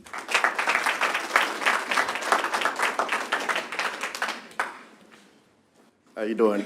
My name is Sean Shelton. I stay at 429 Terrell FM. And the reason I'm able to speak is because I am a truck driver. Me and my wife have been driving for 8 years. We drive from California to North Carolina. I know what Vulcan is saying, that they may have safe drivers. I hear that all the time. A lot of these drivers are under the influence. A lot of them are tired. Management is pushing them. Get the wheels rolling. I know because me and my wife, we were owner-operators. We're trying to make that $3,000 payment a month on that rig and a house. We don't care about the neighborhoods. We don't care about the environment. We're going to go through there. They're going to be jake breaking. I hear them jake breaking. Me and my wife has had to put stones up there. We done had DWI people to run into our yards. And in fact, the city, you guys were saying, we about to get sued because you know 421 is dangerous. Y'all brought a team out there and moved the rocks and put it into our yard, which is fine. But when I hear these big rigs going around these curves and jake breaking, that's totally irresponsible. I know, I drive them. But this idea that you guys have for bringing this in, Vulcan bringing this in, is gonna be real bad.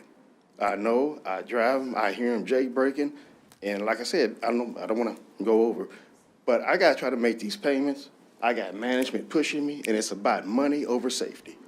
And I don't care about your neighborhoods. I gotta keep rolling. I gotta get it rolling. And there's a lot of immigrants, and I'm not racist, but there's a lot of immigrants that don't need to be out there driving trucks, period. I'm seeing them tailgating, and if I was a trooper, I'd be pulling out, there wouldn't be no trucks out there. There's no reason for you to be up on the bumper of somebody that close. But these guys are being pushed by big companies who want to just make money. I know, me and my wife drive these trucks. We drive for XPO. And I'm just saying, no, my time is up. I don't want to go over, but this is a bad idea. All right. Thank you for your comments. You bet. All right. At this time, we will close the public hearing. Is there anyone else? One more? Okay, come on. Mayor, Council. Yes. My name's Matt Woodall. I'm the constable here in Precinct 3. I've been in law enforcement in this county for 20 years. And like my neighbor that just left said, these truck drivers, they don't care. We have no-through trucks on county roads, probably just about everyone in our precinct, and they don't care. We can stop trucks all day long, and they're have some kind of federal driver's license. There's black tags on their trucks. There's no steel tags on the trucks. We can ticket one on Monday morning, and on Tuesday morning he's right back on that road. And I'll promise you, County Road 309, they're going to cut from 429 to County Road 309 to the truck stop, and they're going to demolish that road. All these people are my neighbors. I live out there. Besides the dust and the inconvenience of these trucks, we have new drivers. We have kids. I have two. I don't want them driving around these trucks. You know, those that are in law enforcement and fire, if you've seen what one of these trucks can do to a car, yeah, you probably wouldn't sleep at night. It's almost unsurvivable. So, thank you, Mayor and Council. Thank you. One more.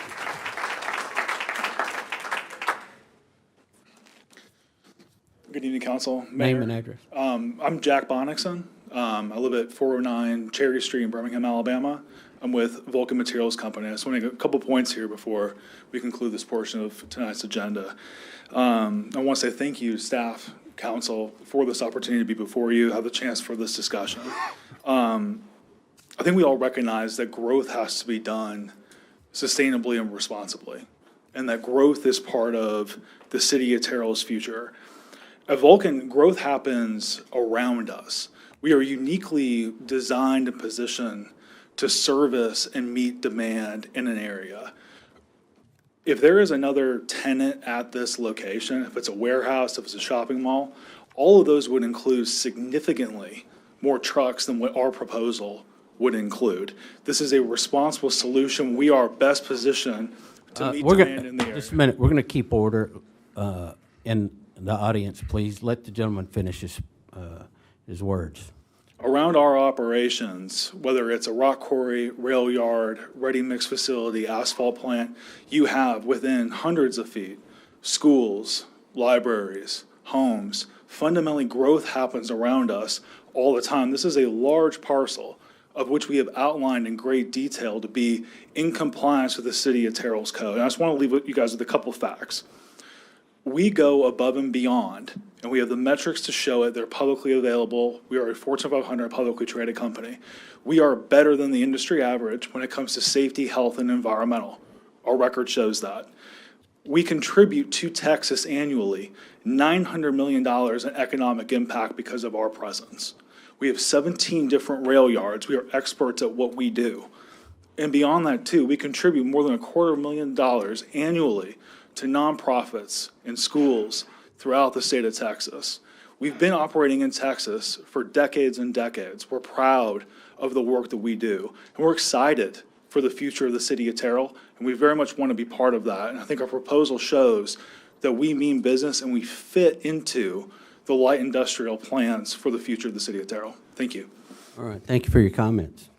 All right, that concludes our public hearing. At this time, we will close our public hearing, move on to our next item. Yes, Mr. Mayor, members of the council, we bring to you tonight ordinance number 3094, an ordinance of the City Council of the City of Terrell, Kaufman County, Texas, amending Appendix 2 zoning ordinance of the City of Terrell by changing the zoning classification on certain real property, more particularly described as 502.6903 acres of land, a part of the A.J. Pascal Survey, Abstract 396, the Augustus J. Butts Survey, Abstract 62, the Richard Meade Survey, Abstract 306, and the Samuel King Survey, Abstract 272, Kaufman County, Texas, as shown on the special warranty deed with vendor's lien attached hereto as Exhibit A, conceptual site plan attached hereto as Exhibit B, and builder's standards attached hereto as Exhibit C, made a part hereof for all purposes, from agricultural AG to planned development light industrial PDLI,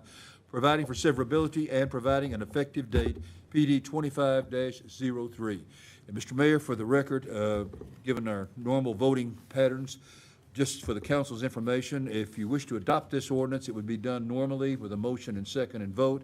However, if it's your judgment to oppose or overrule the vote of the Planning and Zoning Commission, that would require a motion and second to overrule the P&Z and deny the zoning change, and that would also require a vote of at least 4 members of the council to accomplish that. Okay. Thank you, Greg. So as typical, what we would do at this time would bring back our staff and to answer any questions. I want to make a couple of comments and statements first before we do this. One, I want our staff to know that the mayor and the council thank you for your service to the city. We know it's difficult at times, but you do a good job working with all companies, so thank you for that. I also want to thank all of those who spoke this evening.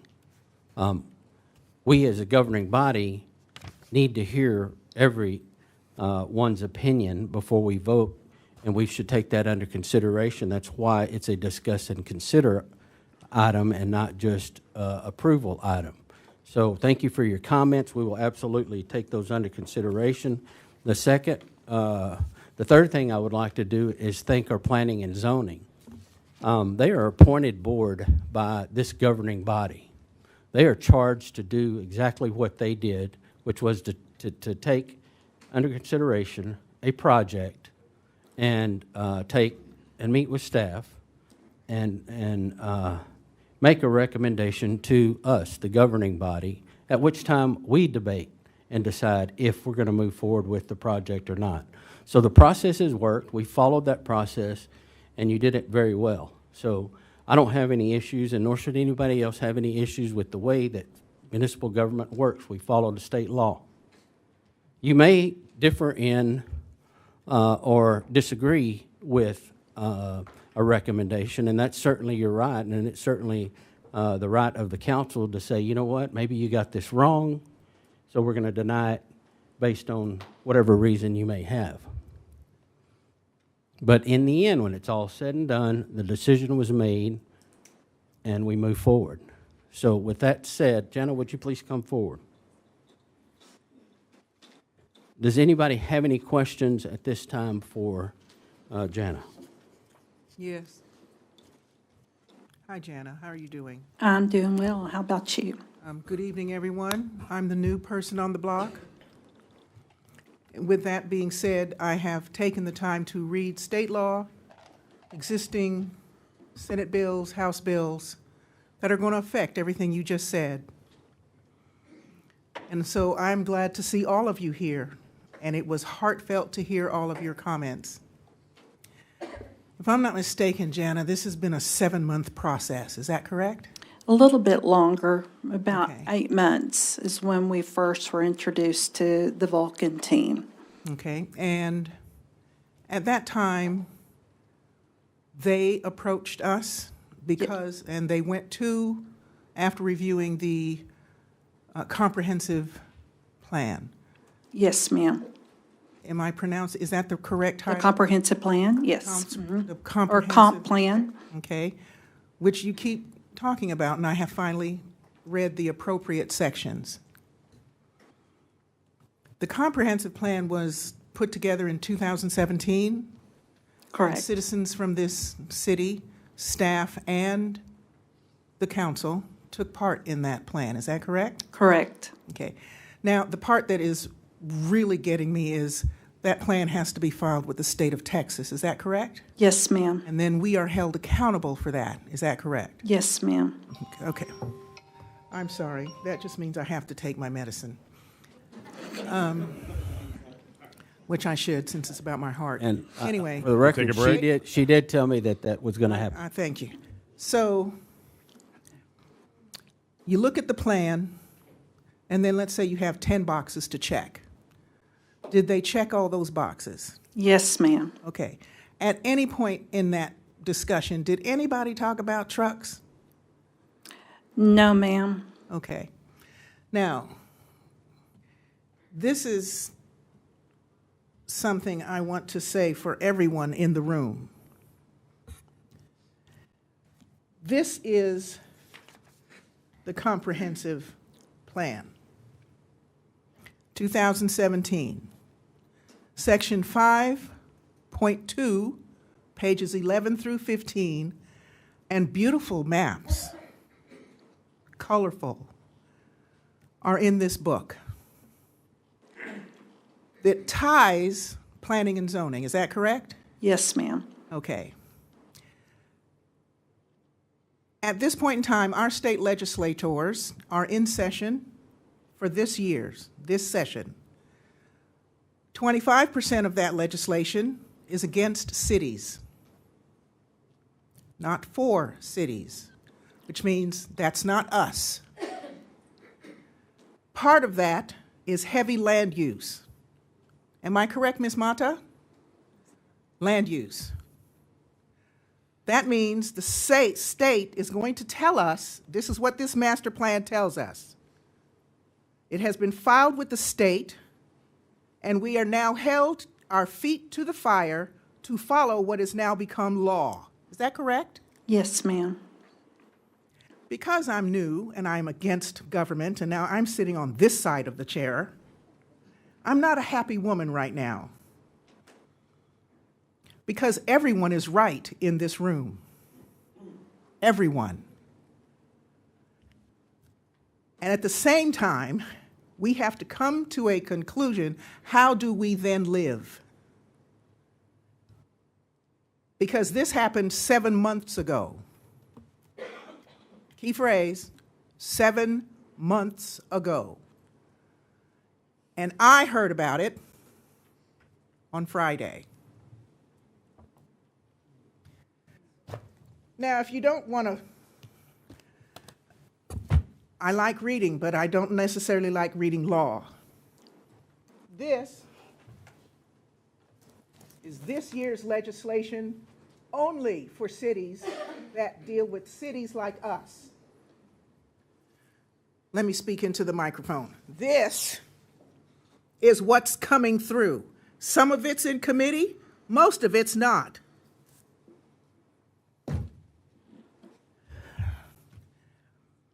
And yet, everyone that has said something here tonight, we all agree with you. Is it right? No.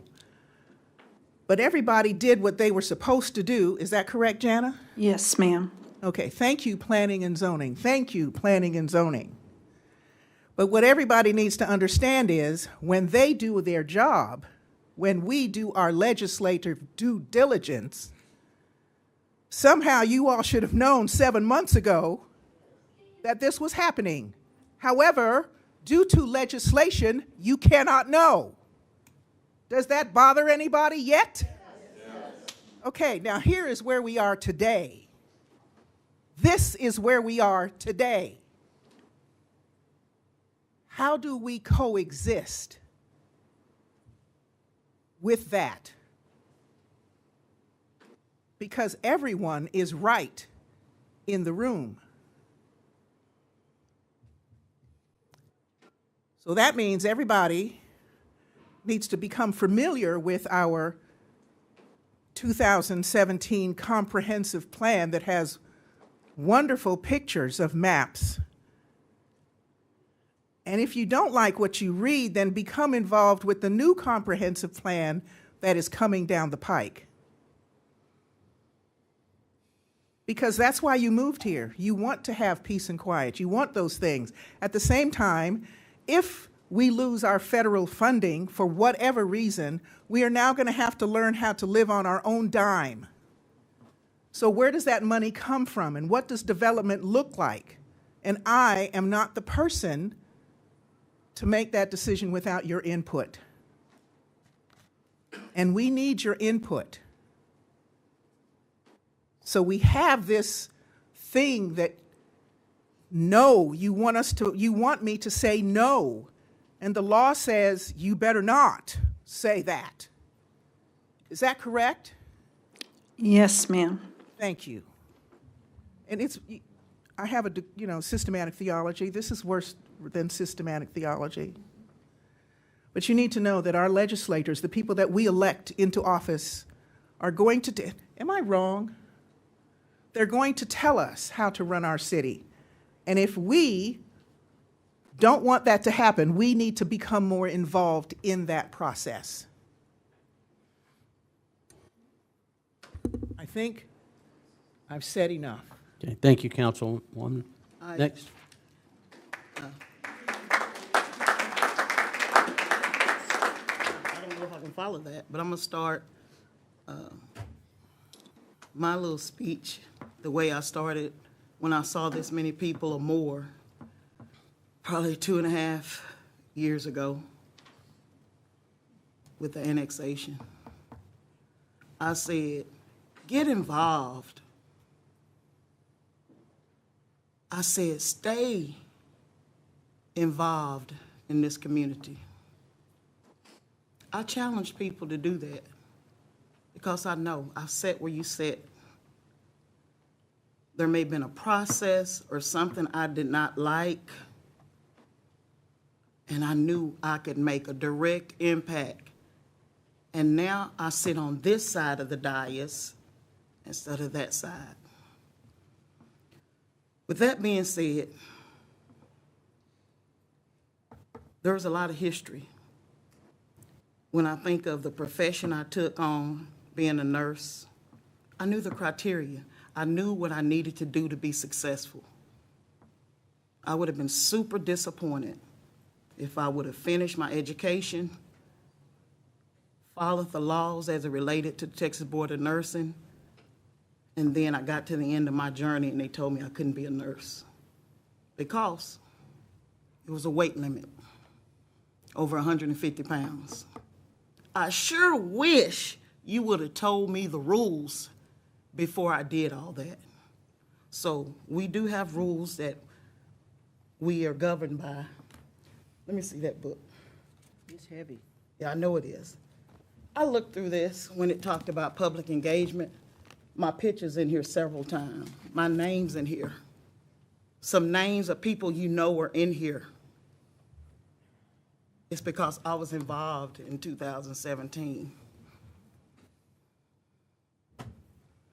So I asked for that document to review it as it related to public engagement. Just based on my finite remembrance, I know it was more about the downtown. We sitting around the tables out at the service center with paper strewn out all over the table. This document is almost 500 pages. And you know what's interesting? I was on the planning and zoning then. That's why my picture and my name is thrown through there. But did I read all 500 pages? I didn't. But I was vocal on some things as related to downtown. So with that being said, I'm curious, and we might have to get staff from Vulcan. Tell us what your community engagement looks like for projects like this. Do you just pick a great area? Can we ask the Yeah, staff at this from time, Vulcan? would someone from Vulcan please come forward? Yeah, do you just say, hey, this is a great opportunity, this is We met all the criteria. Tell me what your public engagement looks like, because I know what it looked like for Terrell, because I've been involved. Yes, ma'am, absolutely. So, and are you meaning up through this process now, or once we, if approved, if the project moved forward, what it would look like, or?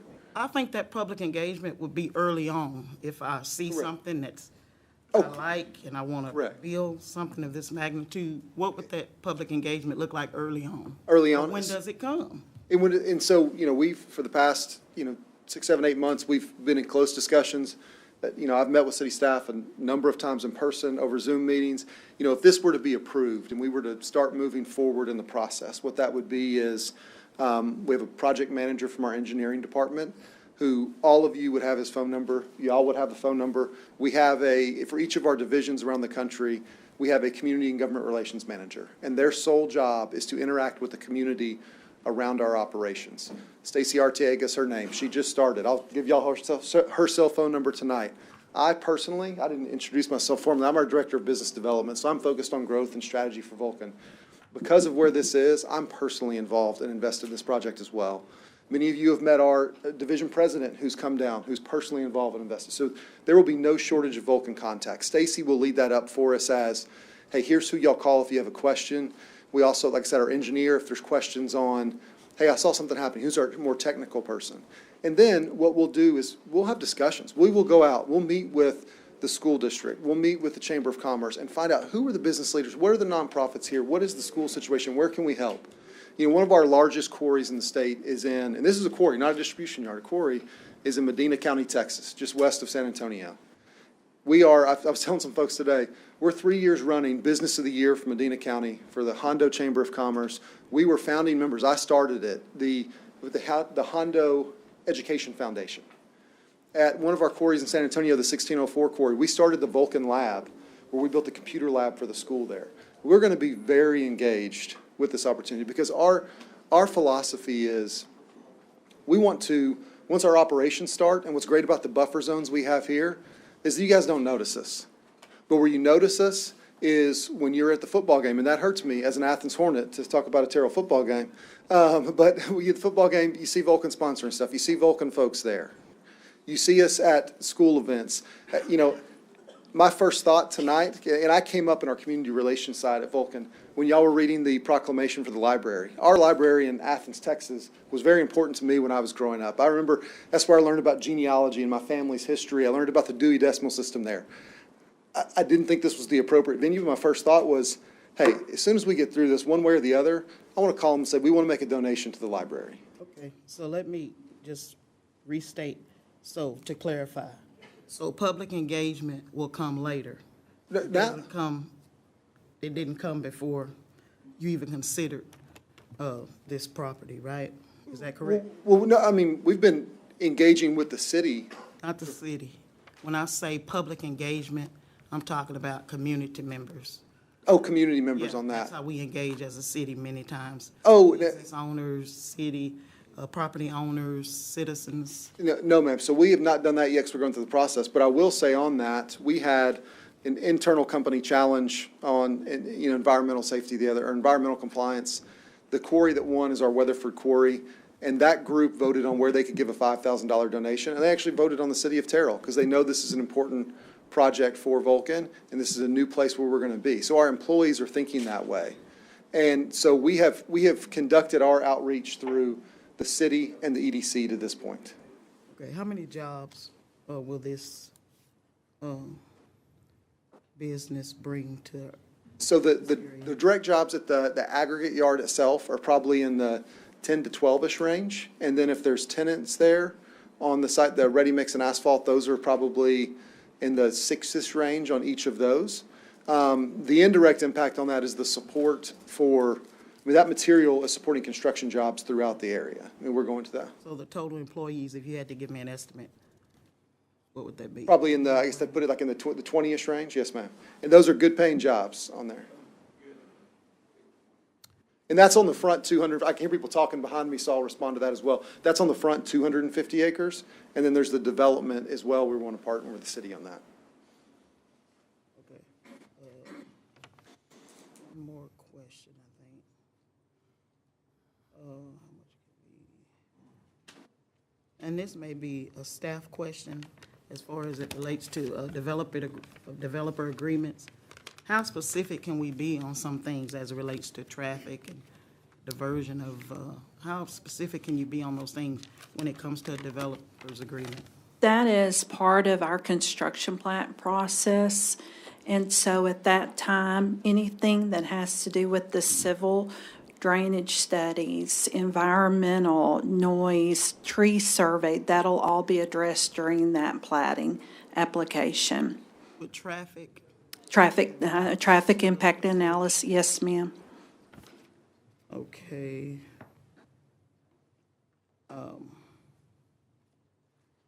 If I have my notes all everywhere, so that'll answer a few of my questions. Yes, ma'am. Thank you, Councilwoman. Jana? Yes, ma'am. Thank you. I'd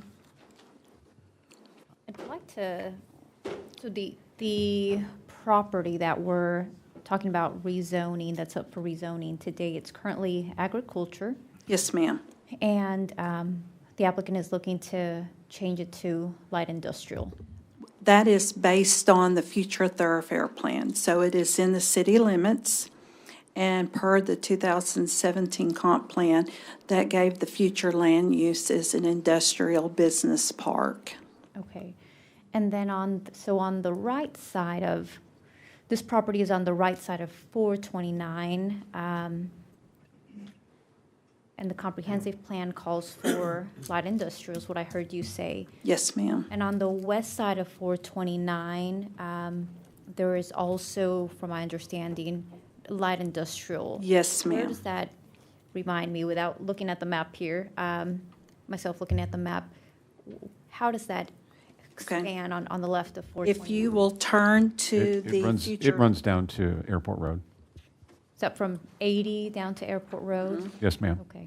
The future land use will show you right here then how it is coming down through the area. So here's the Vulcan, here's the 429, and the light purple reflects the business park, light industrial business park use. Okay. And so when I look at Highway 20, if traffic were to move up north, whether it's traffic coming up just normal, you're trying to get to your home, you're trying to get to work, you're just traveling for whatever other reason, you could take like 429, or was it 309? If I got that right. And then Wilson Road. Wilson Road, that's what I know it as Right. from TVCC, Exactly. right? Yes. Wilson Road, and then the next exit is it 2578? Am I getting my numbers mixed up? 2578, okay, thank you. And the future thoroughfare plan, because we have another item later today, so I won't try to deviate us too much. That thoroughfare plan, tell me a little bit more, and if you can help paint a picture. I'm a visual person here. The thoroughfare plan, when moving from south to north or north to south in the 429 area, I see Mike. Yeah, Councilman, let me help What you that out on change that. would be. So this map really helps. See up in the north side of US 80 where it says RO, and there's a little white line right up there? That's FM 429 on the north side of US 80, okay? And the agreement that was hashed out several years ago with TxDOT and with the Regional Transportation Council was to take the 429 section south of the railroad tracks and pick up right at the very, very corner of that yellow tip, right? So the very, very corner of that yellow tip of property on 429. And yeah, Dawn, if you could kind of highlight that. There you go. Keep going south. There you go, right there. At that point, the battle plan from TxDOT is to reroute 429 and basically take it overland to the west so that it matches up right perfectly with the 429 on the north side. So let me just... So essentially, it would come through what's the future. Yeah, plan, and I'm east just side trying to, business park. I know several people out and about know this, but just trying to be clear here. Here's 429, coming down through here. The reroute is to take 429 and continue it here and then bring it all the way down to this point. And several people have said, well, when will that happen? That is a project currently under study by TxDOT, and we don't have a timetable for that at all. They have not started the environmental work. They're just doing the location study on it. So they're trying to go from here to over here at some point in the future.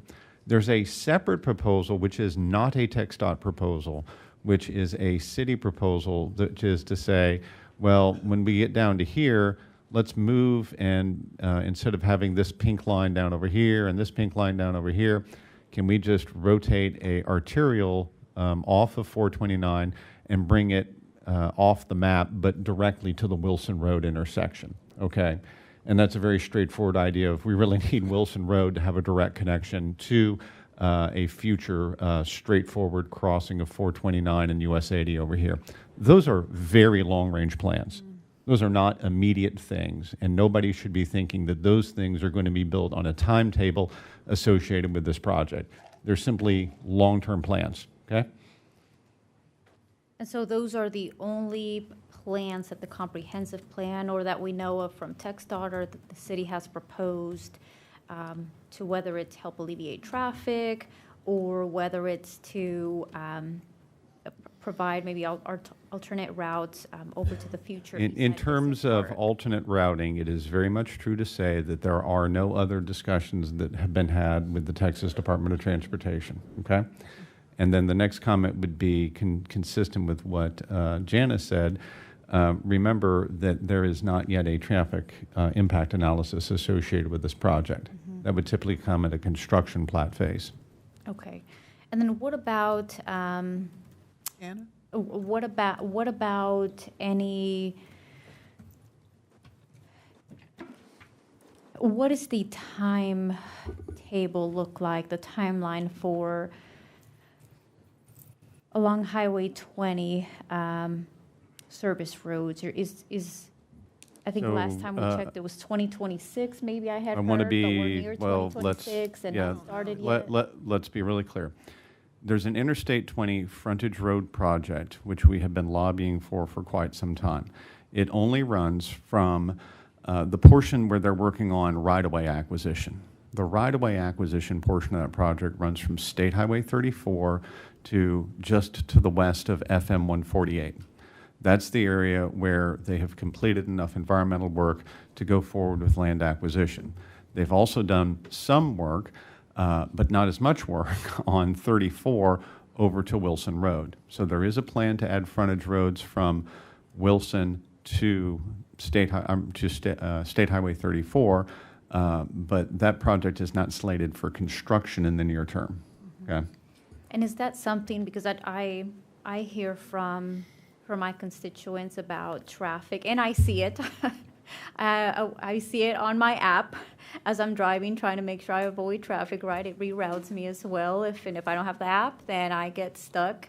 Whether it's like that maybe 30-second, 1-minute delay getting off from like the Starbucks on 34, headed to the next exit, or whether you're coming back into town from like the eastern side of the western side of the Metroplex. But because I'm hearing a lot about traffic and I've felt it and I'm hearing it from my constituents too in general around Highway 20, would those future service roads help alleviate it? Is that something that typically service roads help alleviate, or do they? I would just not try to draw a direct connection between the future delivery of the frontage roads by TxDOT on a completely unknown timetable and this project. But if we had, if that type of project were to come up from TxDOT, anyone interested in alleviating or certainly, yeah, would certainly. want to get involved. I'll take all the roadways I can get TxDOT to build, and it would be beneficial. Yes, ma'am. Okay. Okay.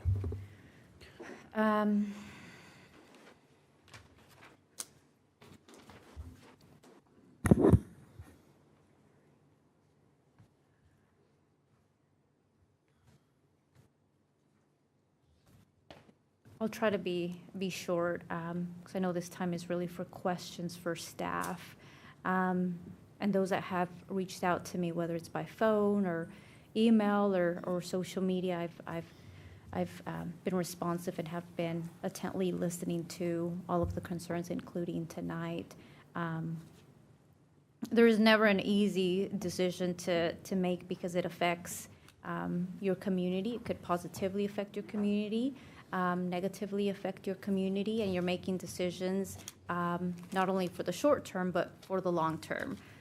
So there will be a day that I'm no longer on this earth, and whether it's a road or a building that has been constructed may be here long before for my time. So we're making decisions that don't only impact me or my constituents or those in this room. It's for the long haul, unless another project comes forth or God's will decides differently. So they're certainly not easy decisions, lightly made decisions at all. I also hear that this applicant and other applicants follow a process. There's a process that's put in place, a very similar process that zoning and planning has been following. And I tend to appreciate process, right? Because that allows us to have a clear path, allows us to be hopefully good decision makers, and not just making decisions left and right, with having some sort of consensus, right? And with having a path for applicants, whether you're a small business owner trying to build a house in the city of Terrell, or you're a bigger business owner like the one that's here before us. And sometimes, man, sometimes they feel like they just suck, right? So I want to be mindful of processes that we have in place that we can improve on for the betterment of our community, and making sure that we're not misleading applicants, which I'm not saying that's what we're doing at all, but just improving the overall process. And since we're talking about process, I'm going to reel it back in here. The plan development came in.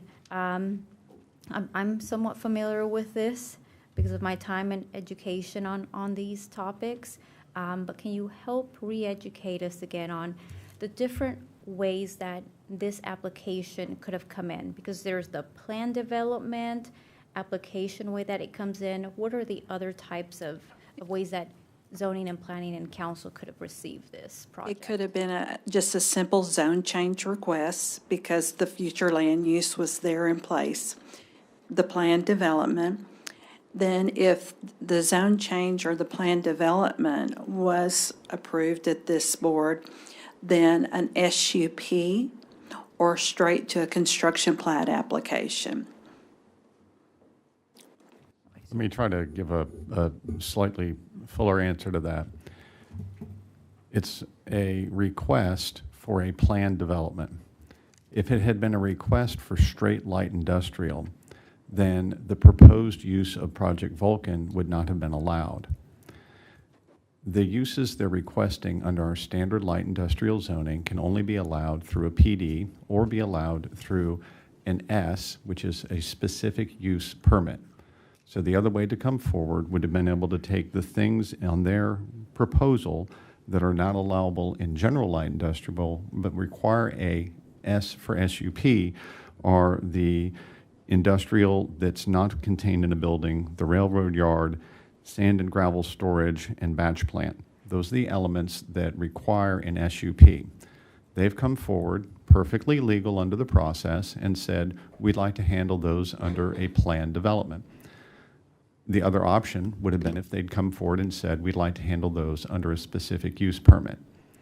And if that had been the case, you would have seen a step-by-step process where you first would have done light industrial zoning, and you second would have come forward with a request for S, specific use permit.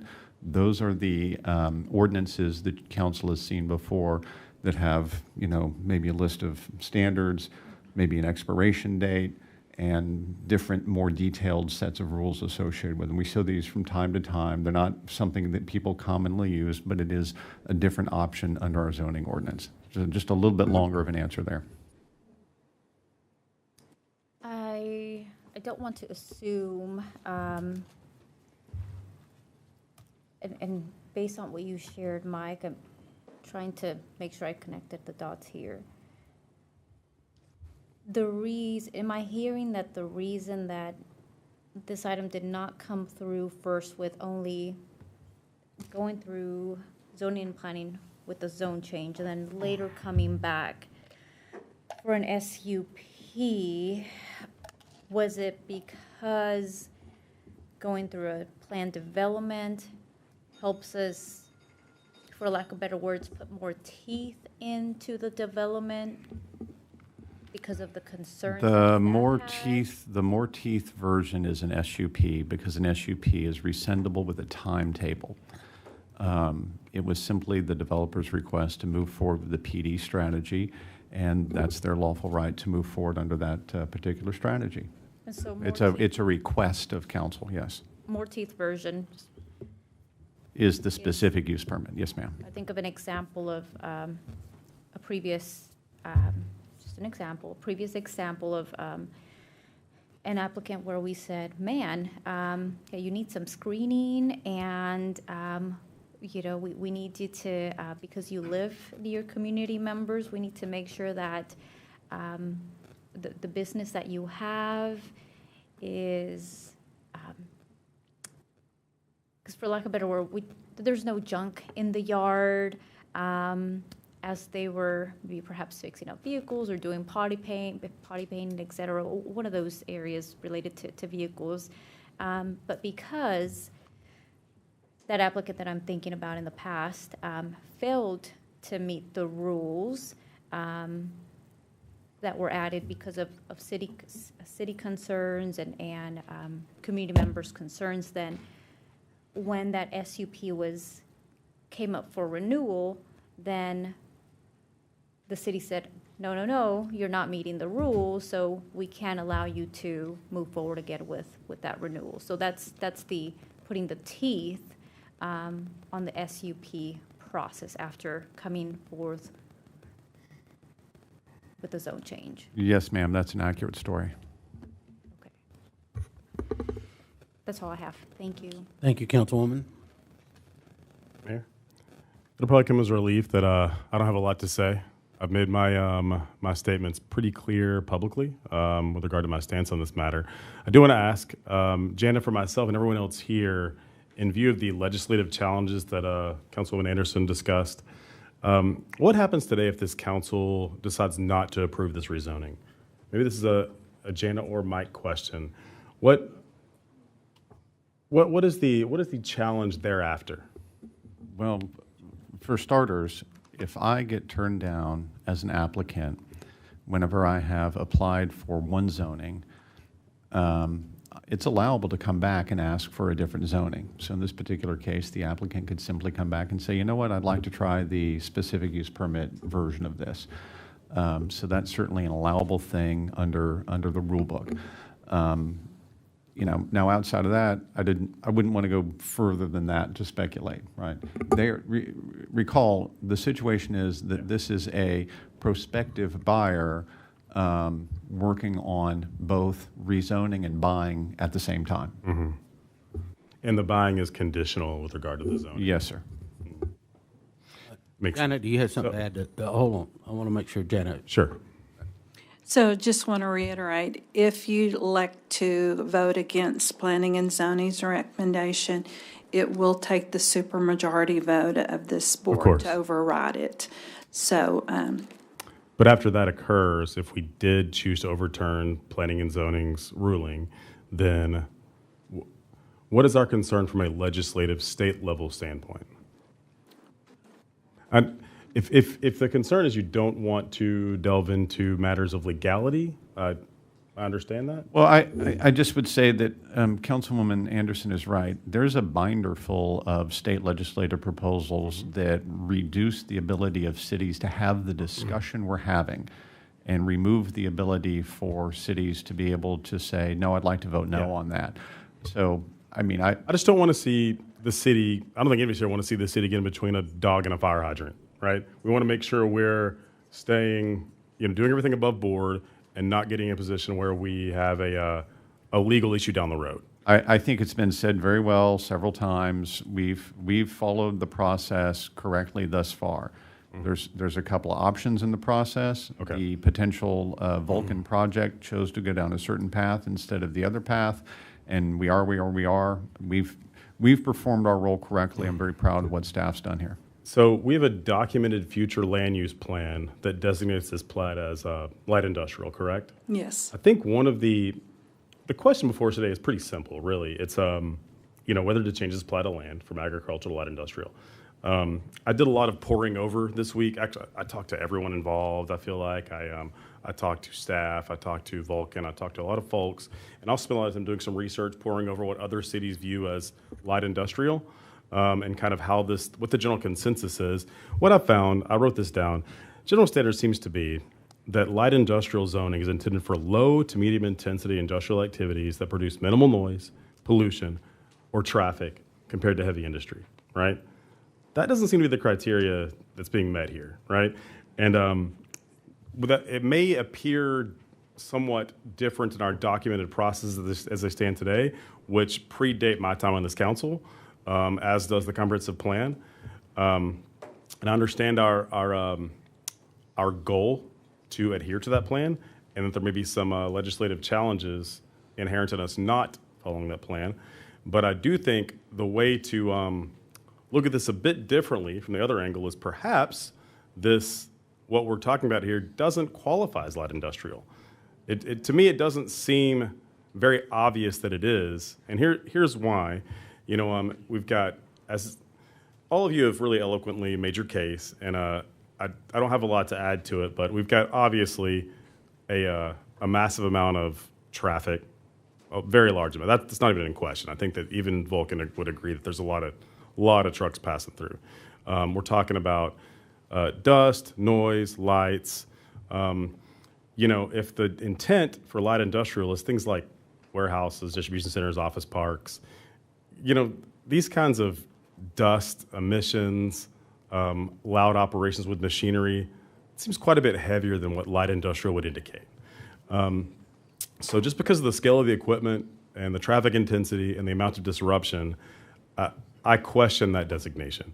But beyond that, I think that it's important for us to remember what our obligation is to the people of this community, what the purpose of having a council is, and that's to listen to the will of the people, try to uphold that will, try to put that forth, and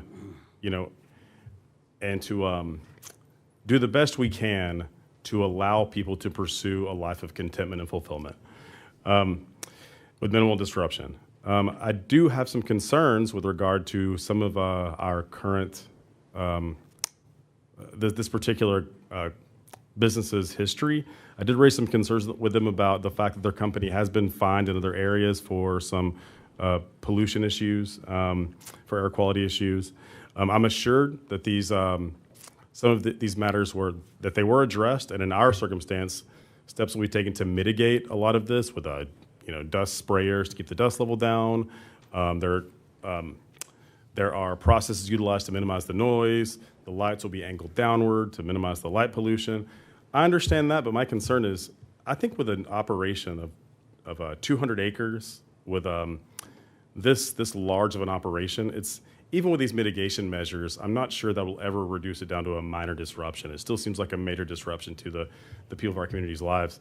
So I believe it's our ethical duty to consider whether this is proper zoning, because the purpose of zoning is to determine whether or not you've got good neighbors, whether or not the land use is being used properly, whether you want to have orderly growth, you want to protect public health, you want safety, you want to maintain people's property and their ability to enjoy their property.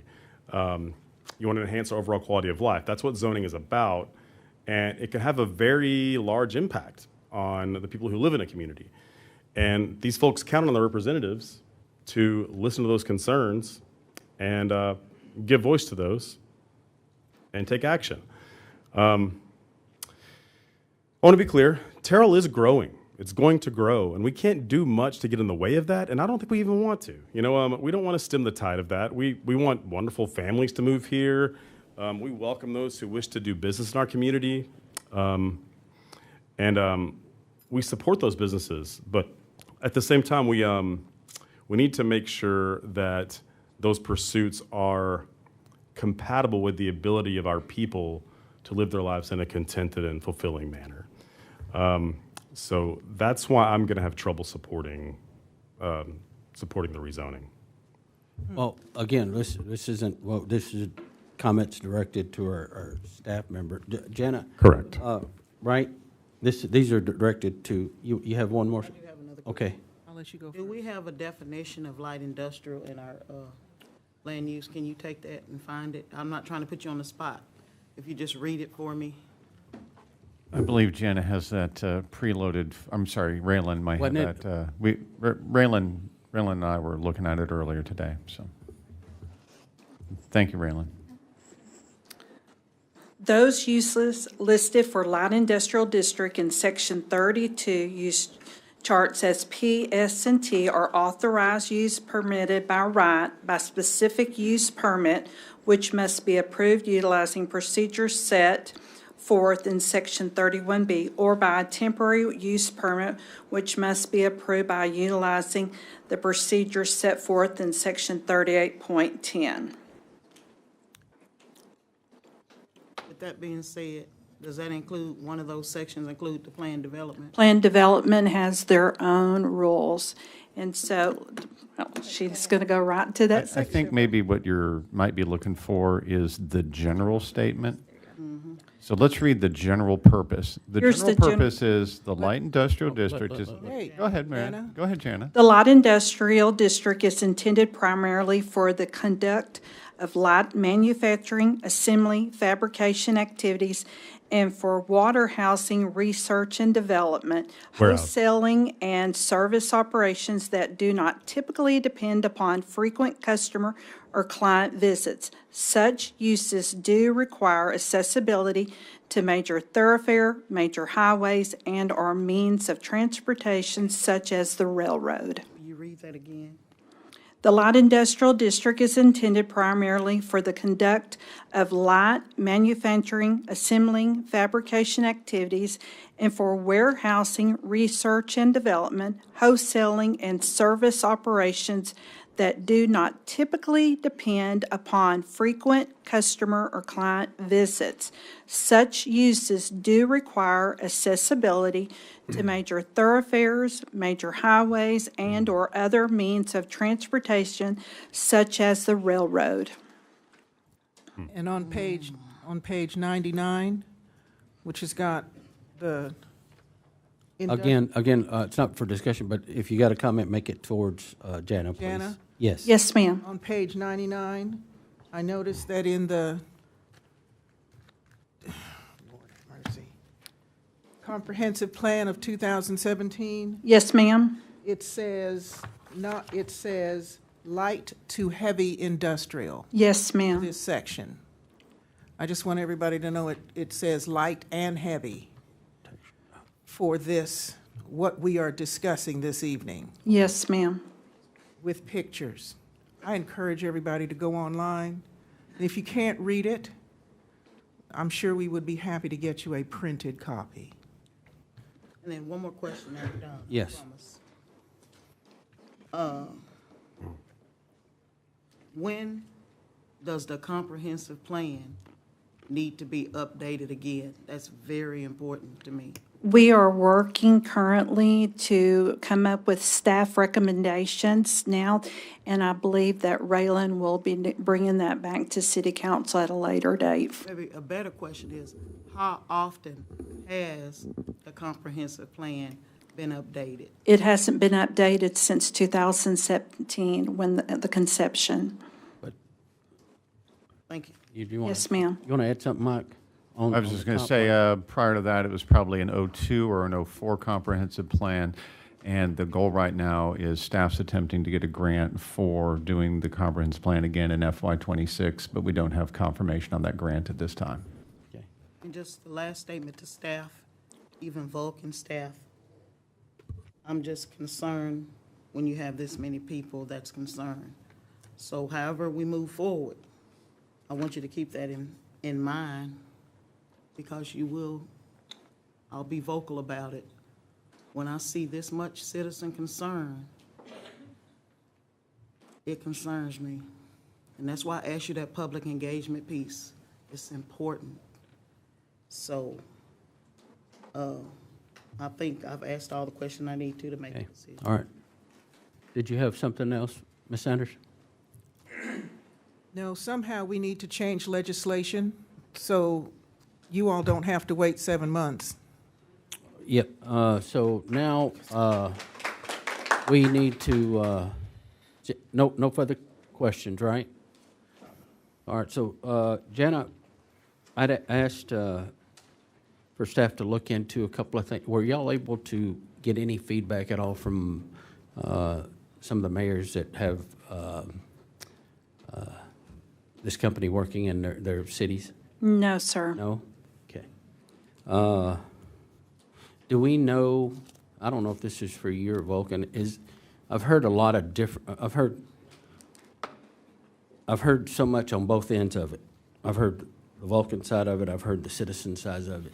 I think that we're somewhere in the middle on the traffic issues, the safety issues, the noise. We talked about impact from our downtown. There's still a lot of unknowns, in my opinion, for the council. We would not get, until we get the plan development deal done with them, or the, how far down in the process would we go before we knew more definite on those issues, on the traffic, on the noise? That is not part of this administrative procedure. That will come during the submission of a construction plat.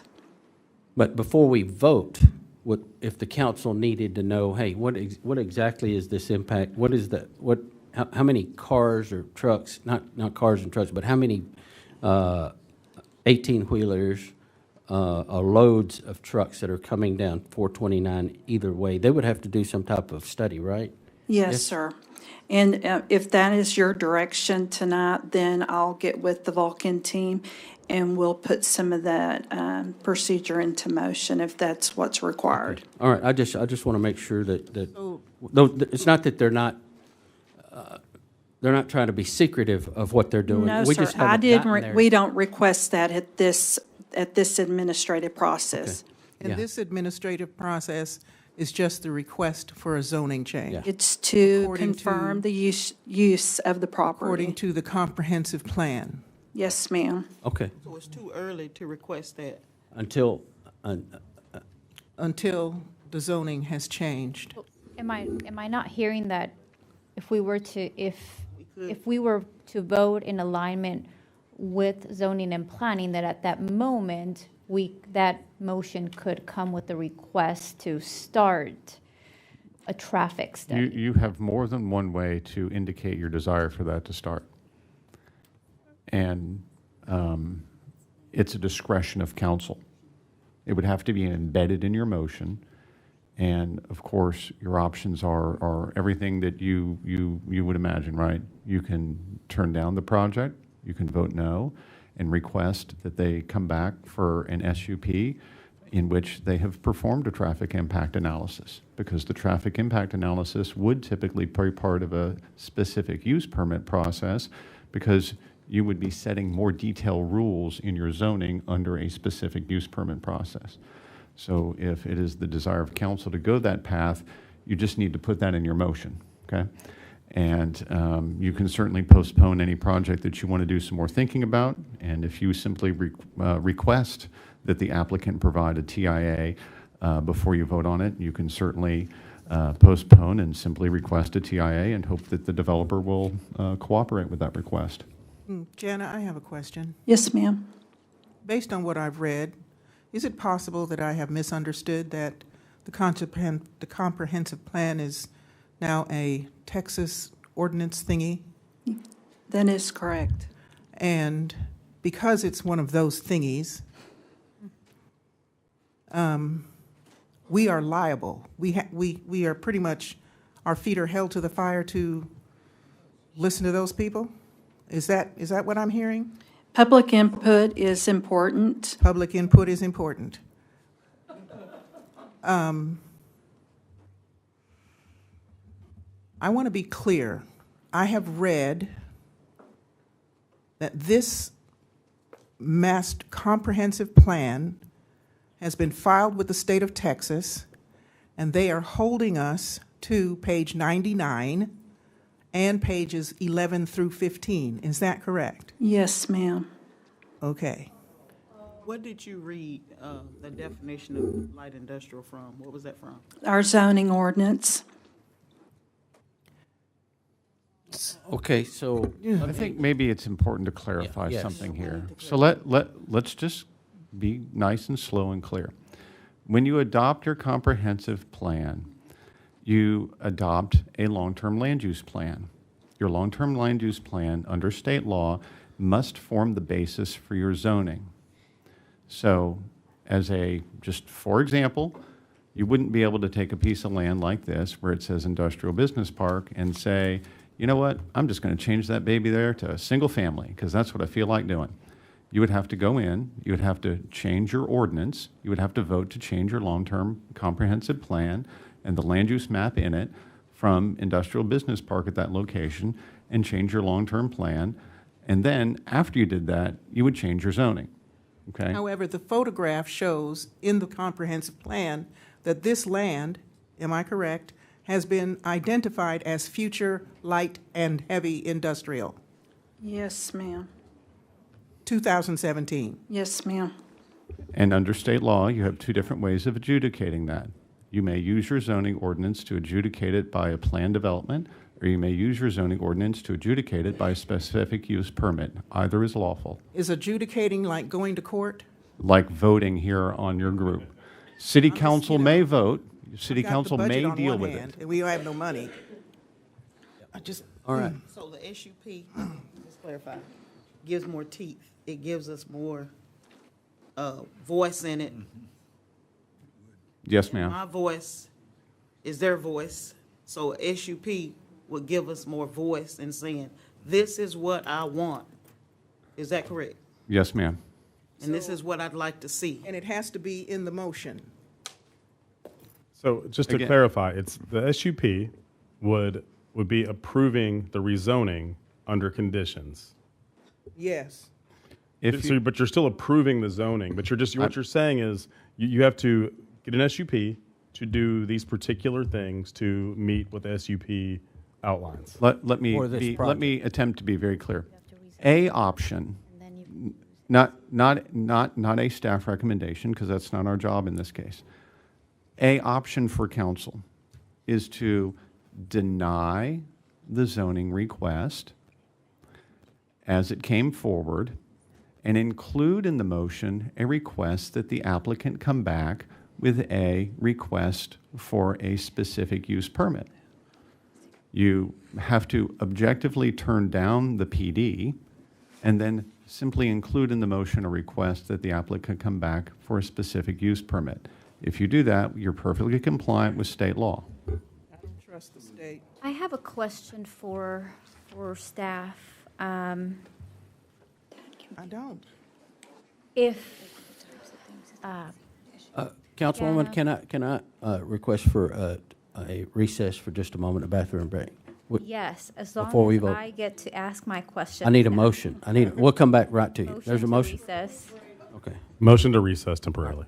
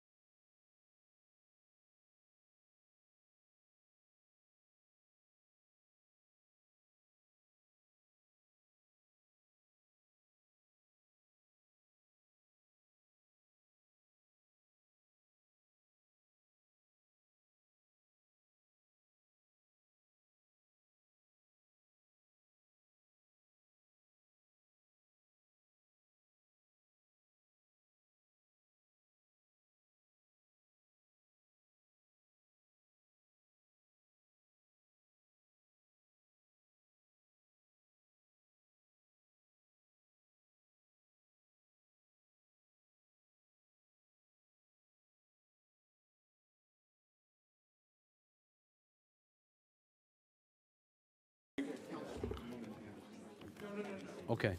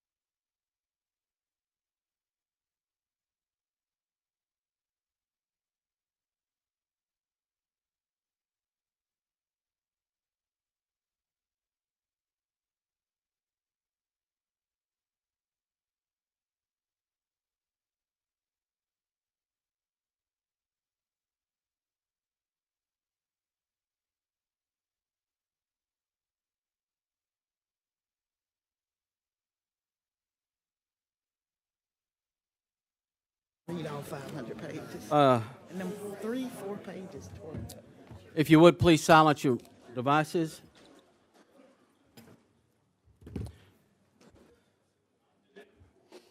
All right. Jana, you had a clarification? I would. Or a statement? Mayor and council, I'd like to turn your attention over to the ordinance that is part of this package, please. And on page 67 is the building standards.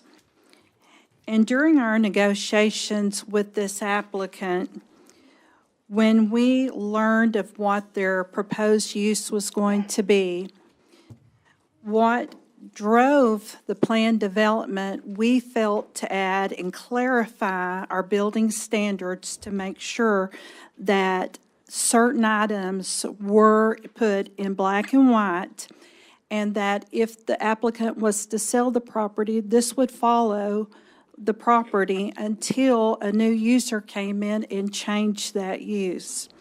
Under the modifications to light industrial zoning, for the area identified as base light industrial district zoning in Exhibits A and B, all light industrial standards of the City of Terrell zoning ordinance shall remain in effect with the following modifications within both the sub-districts known as A and B, and you can see that on their concept plan, Exhibit B, as Exhibit C. Any exceptions or variances not outlined within the allowable uses and standards may be reviewed and approved by the city engineer. In addition to the standards as defined by the City of Terrell zoning ordinance, light industrial zone, the following requirements shall apply. And we've gone in to make the size of the yards and the minimum side and rear yards adjacent. Now, what this applicant has offered to do that will show up when if this is approved tonight, it comes back to you in this construction plat, they've taken those set requirements for light industrial, which is normally, I'll give you an example, on the side and rear yards, 25 foot. And they've asked us to double it to 50 foot. So we are listening, we are comparing to what our current standards are, but even it goes in to talk about the landscaping requirements, screening requirements, and open storage requirements. And then I have it outlined on the allowable uses and what those can be. But I also preface it, it states that each of those uses must comply with screening, landscaping, parking, fire code regulations, and other ordinances of the city of Terrell. Then you'll also see the restricted uses there at the bottom of that page.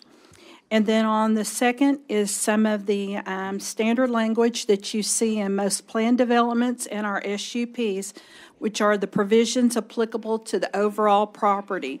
Light industrial zoning district will be the controlling base zoning use of the property.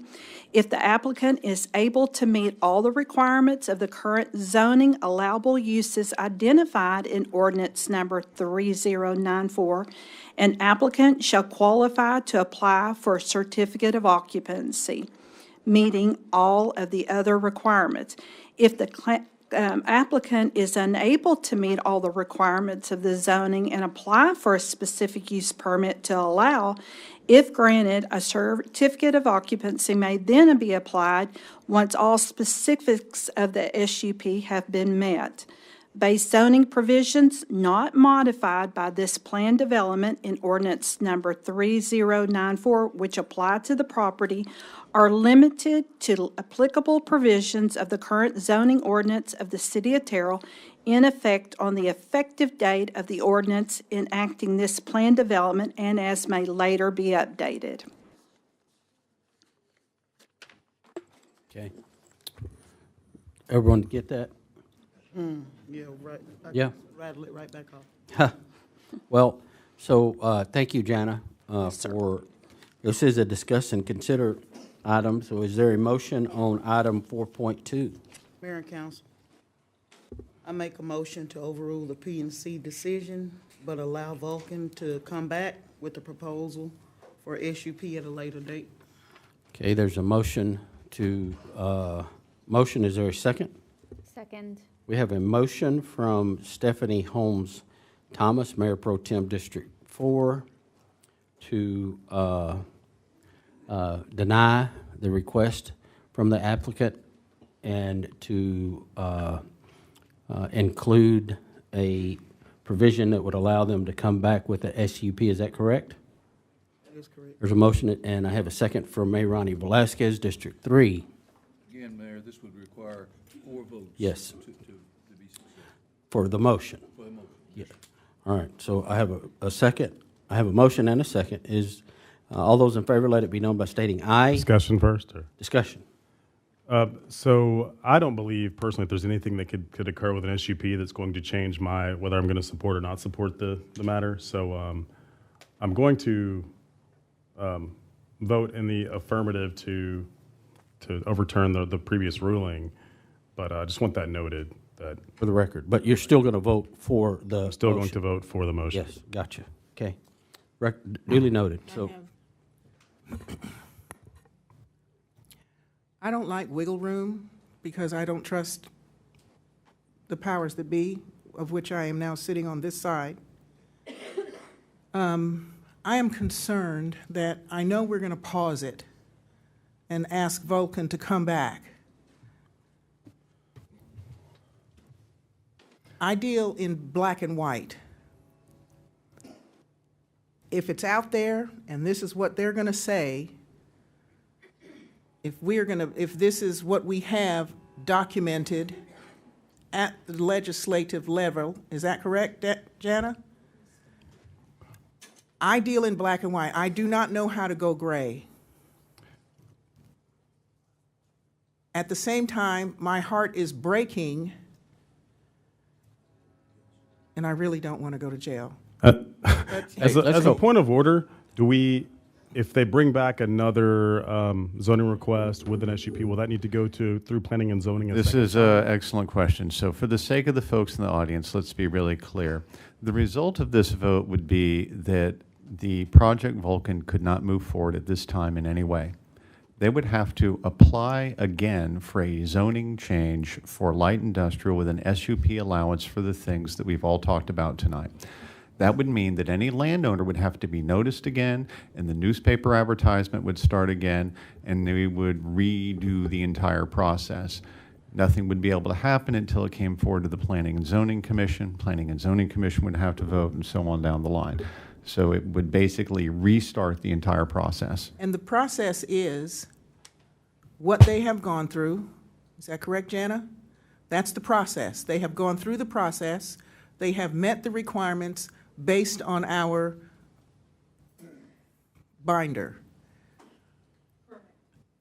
And all we have to do now is vote for this part of the process. If it is approved, then they can come back and go through at each phase what is we are requiring from them to do. So Is that correct?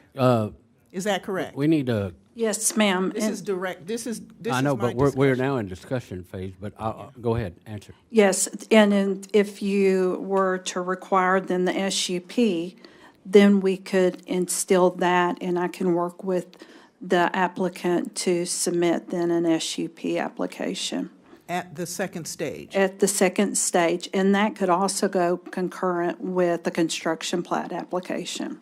Okay, All right, okay. we have a motion and a second. All those in favor, let it be known by stating aye. Aye. Aye. Nay. Aye. Aye. Motion carries 4-1. Our next item on the agenda is 4.2. Discuss and consider, I believe that one will be. hold on. 4.3? All right. So 4.3 is conduct a public hearing to receive comments regarding changing the zoning classification from ag to commercial on 5.045 acres of land as part of the ML Swing Survey, A-500, Kaufman County, Texas, and also known as 15780 State Highway 205, Terrell, Texas, ZC 25-05. Mayor and council, I bring to you a zone change application at 15780 State Highway 205. The existing use right now is currently vacant, but in the past, it's been used as a rental property for commercial use. It was annexed into the city back in April of 2023. The current zoning, of course, as it's come into our city limits, is agriculture, and the owner has requested that it be rezoned to commercial, which complies with some of the other applicants that we've had in that area to, they've changed either to a retail or a commercial use. The property owner is RTK Properties. The property zone change would comply with the plan use of the property as well as the City of Terrell's comprehensive plan, zoning ordinance, and all other applicable codes, studies, and plans. 9 letters were sent out to adjacent property owners within the 200-foot buffer, and we received 1 response at the time of planning and zoning in favor, and then after that, we received an additional response in favor. Next steps would be, if the application was approved tonight, we would work with, the applicant would work with the building official to obtain a certificate of occupancy and meeting that any of the items that need to bring the building up to code had been satisfied. Each then potential user or tenant then would be required to either present a request for a certificate of occupancy, or if it's going to change the use, possibly an SUP. This was presented to P&Z on March 27th, and it was voted in favor 7-0. So if you'll turn over to the aerial photo on page 78, you'll recognize this red building. It's been several things over the years while it was in the county. It was a mechanic shop at one time. It's been a parts store. Right now, this applicant does not have a tenant in mind. They're just wanting to get the zoning correct so they can start marketing the building for rent. Okay. That's 4.3. Yes, sir. So this is a public hearing. Thank you, Jana. This time, we are now in a public hearing, and we will take comments regarding the zone change from ag to commercial on the 5.045 acres of land in the ML Swing survey. Is there anyone to speak on this matter?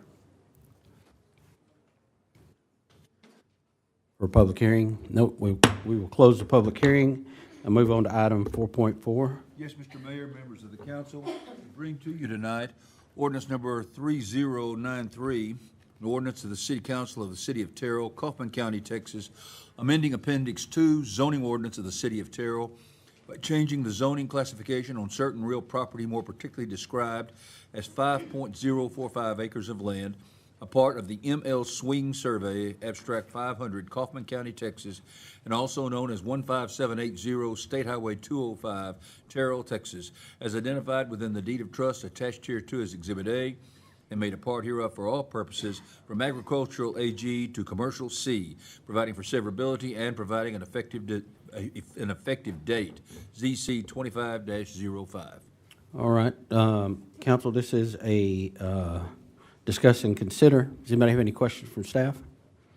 If not, there's a motion on, yes? Jana, my only question is, we just take a moment to review the zoning on each side, where the city lines are across, beside Okay. what the current zoning is for those properties. Okay, if you'll turn to the zoning map that is on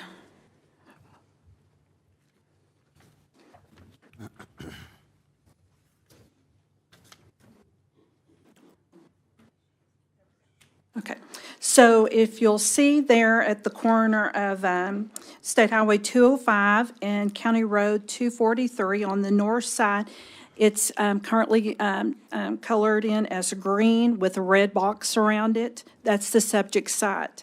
Next door to that parcel is a commercial tract that this board approved that zone change several months ago.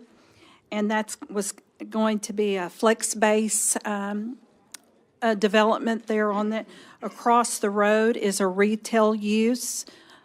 And then down on the same north side is that event center that came to us and applied for a zone change and SUP in the same month. Thank you. Yes, ma'am. All right, anyone else? Again, this was an 8-0 vote over planning and zoning. Is that right? 7-0, 7-0, I'm And sorry. I do have a quick question for you, Chan. You said that they did or did not provide an intended use of the property? No, sir. They're getting it ready to market for rental. For a rental, As a rental property, yes, Okay, sir. thank you. All right. Is there a motion on ordinance number 3093? Motion to, Go ahead. Motion to approve ordinance number 3093 as presented. There's a motion. Is there a second? second. We have a motion to approve ordinance number 3093 as presented to the council. Is there any further discussion? Hearing none, all those in favor let it be known by stating aye. Aye. Any opposed? Motion carries unanimous vote of those present. Our next item on the agenda is 4.5, conduct a public hearing to receive comments regarding changing the zoning classification from highway corridor, HC, to commercial C on 12.13 acres of land as part of the ML Swing and Law Survey, A-512, Kaufman County, Texas, and also known as 10701 County Road 305, Terrell, Texas. This is again Jana. Mayor and council, this applicant at 10701 County Road 305 is American Steel. They are applying for a zone change. They would like it known to be for commercial. Right now, it's highway corridor. One of the restrictions in highway corridor, that the applicant must exceed the 700-foot buffer for the edge of the right-of-way, which is Interstate 20, and they do meet those requirements. The applicant is requesting a zone change to allow for indoor-only assembly and fabrication processes. The proposed business at this location would fabricate and sell kits for warehouse and storage buildings. The proposed zone change complies with the planned use of the property as well as the City of Terrell's comprehensive plan, zoning ordinance, and all other code studies, plans as applicable. 10 letters were sent out to the adjacent property owners within the required 200-foot buffer involved, and at this date, we've received 0 responses, either in favor or not in favor. Right. If approved tonight, we'll work with the applicant on a construction plat, and it'll be brought back to you. P&Z reviewed and considered this application on March 27, and it was voted in favor with a 7-0 vote. All right. Does anybody have any questions for? I would like to say, we all know this property is the Rafter J Church that was out there on 305. Okay. Is this ordinance number, is this the public hearing portion? Okay. Yes, sir. Yeah, all right. So at this time, we will open the public hearing. Here, any discussion? Is there anyone to speak on behalf of this item before, either for or against?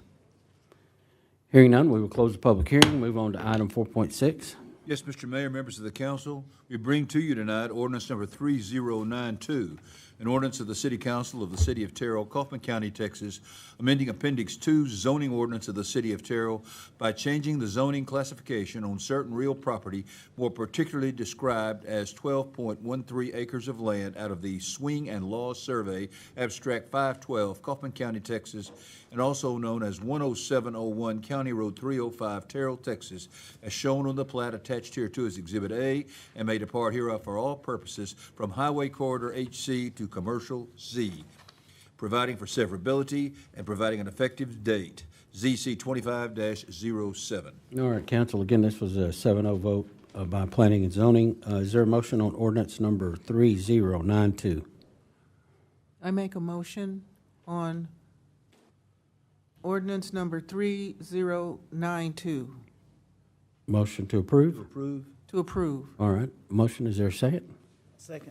We have a motion from Donna Renee Anderson, District 2, a second from Mayor Pro Tem, District 4, Stephanie Holmes Thomas, to approve ordinance number 3092 as presented. Is there any further discussion? Hearing none, all those in favor, let it be known by stating aye. Aye. Aye. Aye. Any opposed? Motion carries unanimous vote of the president. Our next item on the agenda is 4.7. Conduct a public hearing to receive comments regarding changing the zoning classification from planned development Event Center PD to Commercial C on 4.54 acres of land as part of the ML Swing Survey A-500, Kaufman County, Texas, and also known as 15001 State Highway 205, Terrell, Texas. ZC 25-01. Jana.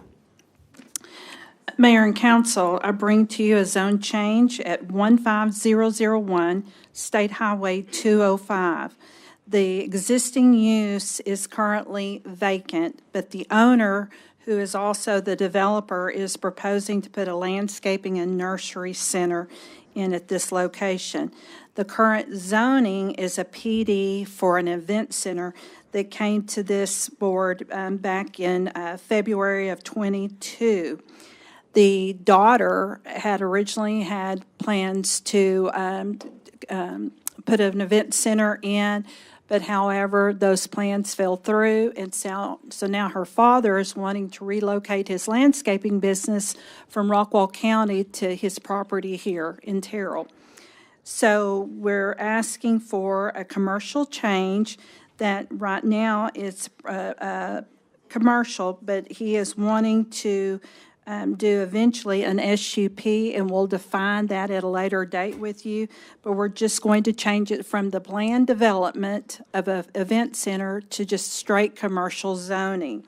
9 letters were sent out to the adjacent property owners within the 200 feet buffer and only one response was received not in favor of the zone change. If approved tonight, we'll work with this owner to submit the SUP and a construction plat, and we'll come back before you with those details.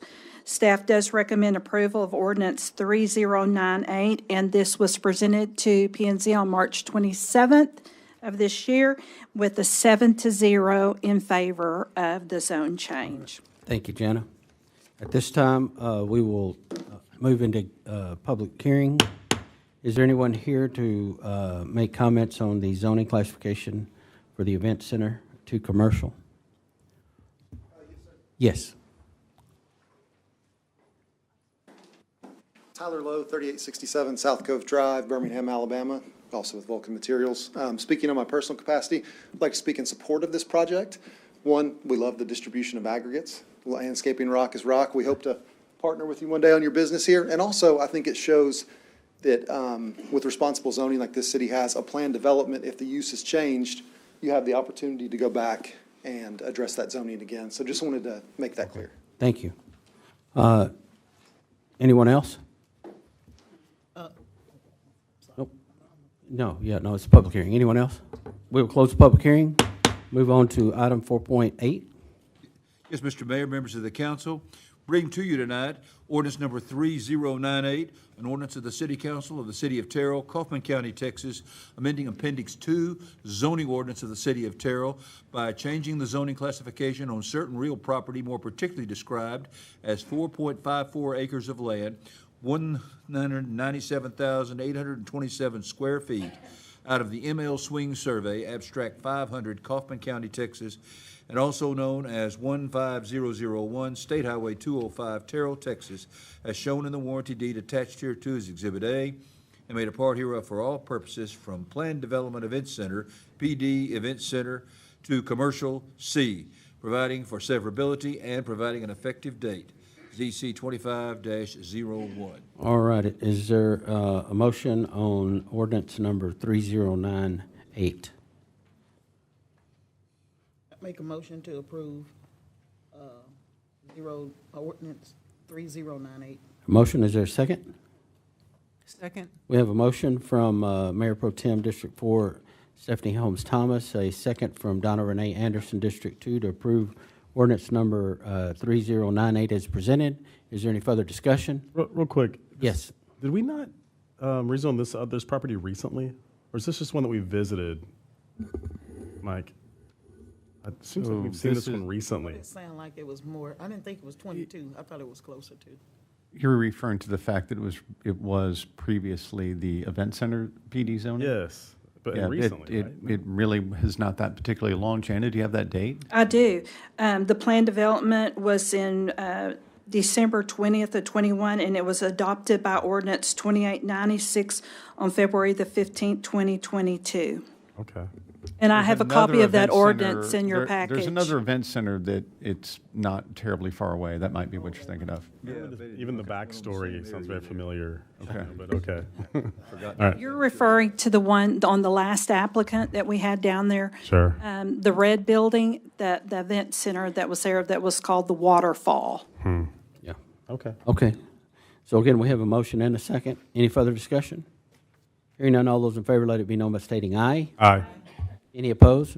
Motion carries unanimous vote of those present. Our next item on the agenda is 4.9, conduct a public hearing to receive comments regarding amending ordinance number 3038. And whereas the City of Terrell has found it beneficial for the future transportation needs for the City of Terrell to codify and update Chapter 5 of the Terrell City of the City of Terrell Comprehensive Plan, Section 5.4, Future Transportation Plans, as specified in Exhibit A, attached here to and made a part of hereof for all purposes by the addition of Chapter 14, Section 14-30, Future Transportation Plan in the City of Terrell, Texas, Kaufman County, Texas. This is going to be handled by Raylan. We're just going to do a small commercial break for Jana's show that she's been Okay. putting on. No problem. So what we have before you is an update to the thoroughfare plan.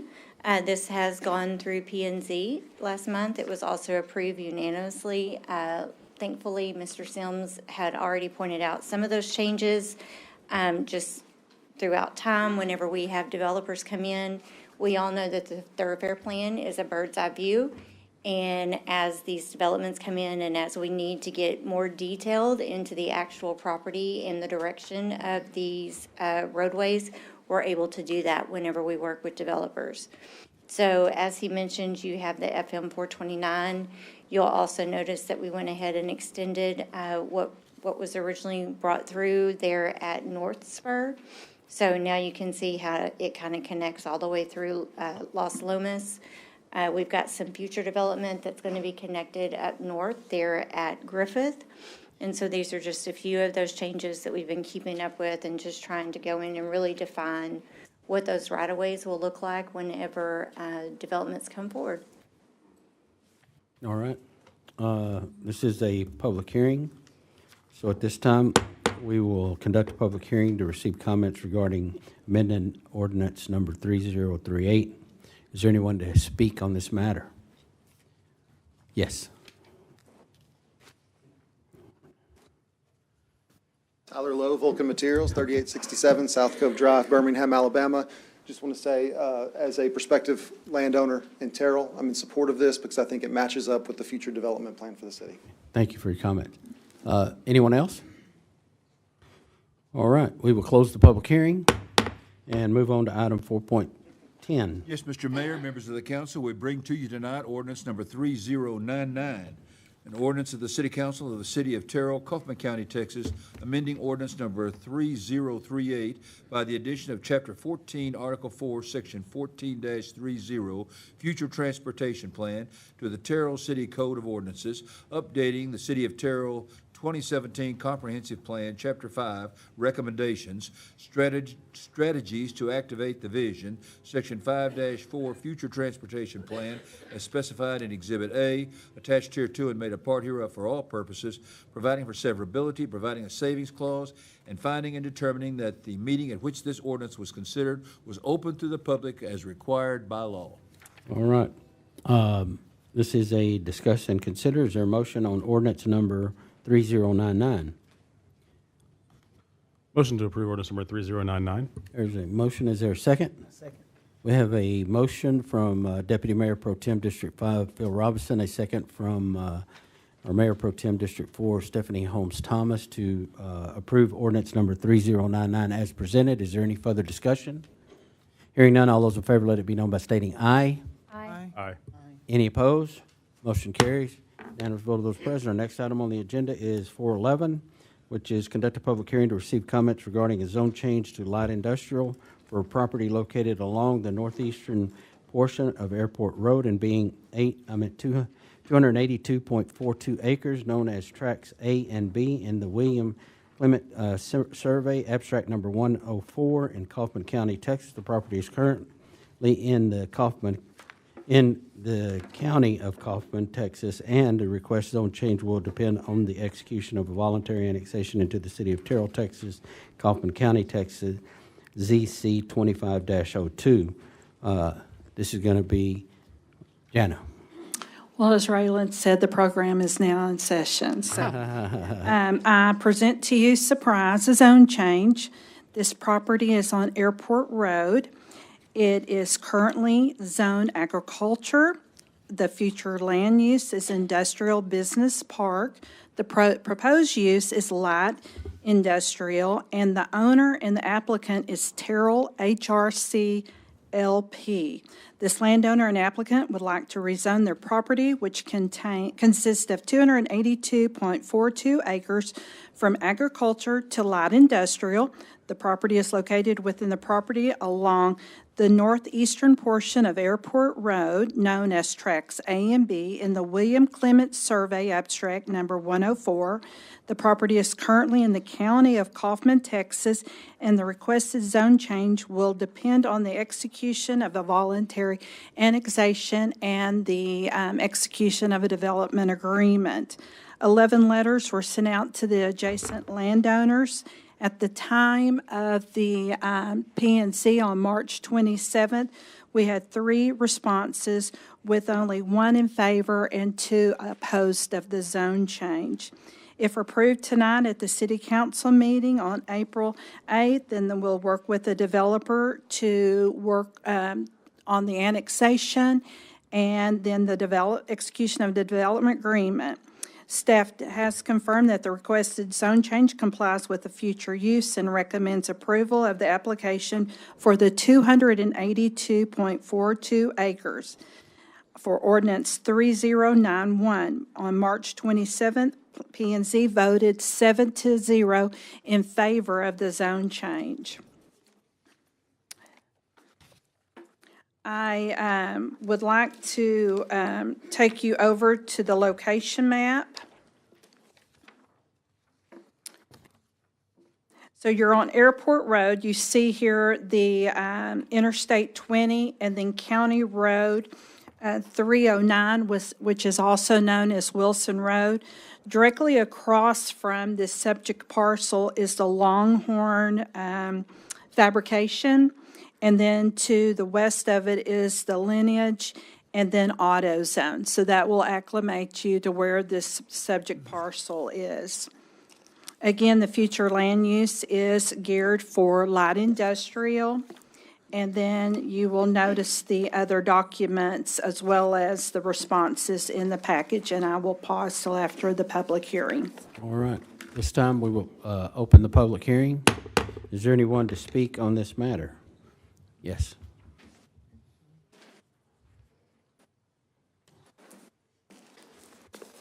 Does anybody know it by now? Yes, we get. For the record, though, please state. Tyler Lowe, 3867 South Cove Drive, Birmingham, Alabama. I would like to speak in support of this, and the reason being, this is agricultural property that's in the county that they would like to bring into the city. It would come in as ag, and then in accordance with the future use plan of the city, would be changed to light industrial. I would note on that, I don't know if you guys have heard it or not, but the company I work for, we're in the process of purchasing property here, and we were very transparent about our process. For 7 months, we met with the city. We developed a development plan that went above and beyond the city standards. We all discussed that tonight at length. Appreciate the robust discussion around it. I would say I'm in support of this because it matches the future use plan. And I would just assume that the same treatment that my company received and the questioning of what the traffic impact is going to be like, what the use is going to be on this property, has been covered by the city, by the council. Trust you guys to do that. And again, I'm in support of this because I think it matches up with the future use plan. All right. Thank you for your comment. Next item. So is there anyone else to speak on this matter? Hearing none, we will close the public hearing. Next item on the agenda is 4.12. Yes, Mr. Mayor, members of the council, we bring to you tonight ordinance number 3091, an ordinance of the City Council of the City of Terrell, Kaufman County, Texas, amending Appendix 2 zoning ordinance of the City of Terrell by establishing the zoning classification on certain newly annexed real property, more particularly described as 282.42 acres of land situated in the William Clement Survey, abstract number 104, Kaufman County, Texas, as shown on the legal description attached here to as Exhibit A and made a part hereof for all purposes as light industrial, LI, providing for severability and providing for an effective date. All right. Does anybody have any questions for Jana? Jana, the southern part of this property butts to Airport Road? Yes. Okay, that's what I was looking at. Well, it fronts. Yeah, that's what. Yes, ma'am. Mm-hmm. Okay. Are there any residential, let me look at that. You have that map again? Yes, ma'am. Okay, so yeah, I see where it is. There's no residential. Well, there is on 309. So when you go, you're headed east on 309, and Dawn is shaking the cursor here. Those are single-family residents there. Yes, ma'am. That's the north east side. Correct. The northwest side. Northwest. Uh-huh. Northeast, yeah. Oh, northeast, okay. Okay. Do you know how much space that is when you look at the other two areas that's to the east of that? You don't really know the acreage. I'm just guesstimating it's about the same amount. Let me see if I have, no, I don't have that with me. I can get that information, give it back to you. Thank you. All right. Jana, a couple additional questions. So do we have a clear picture of the intended use for this particular tract?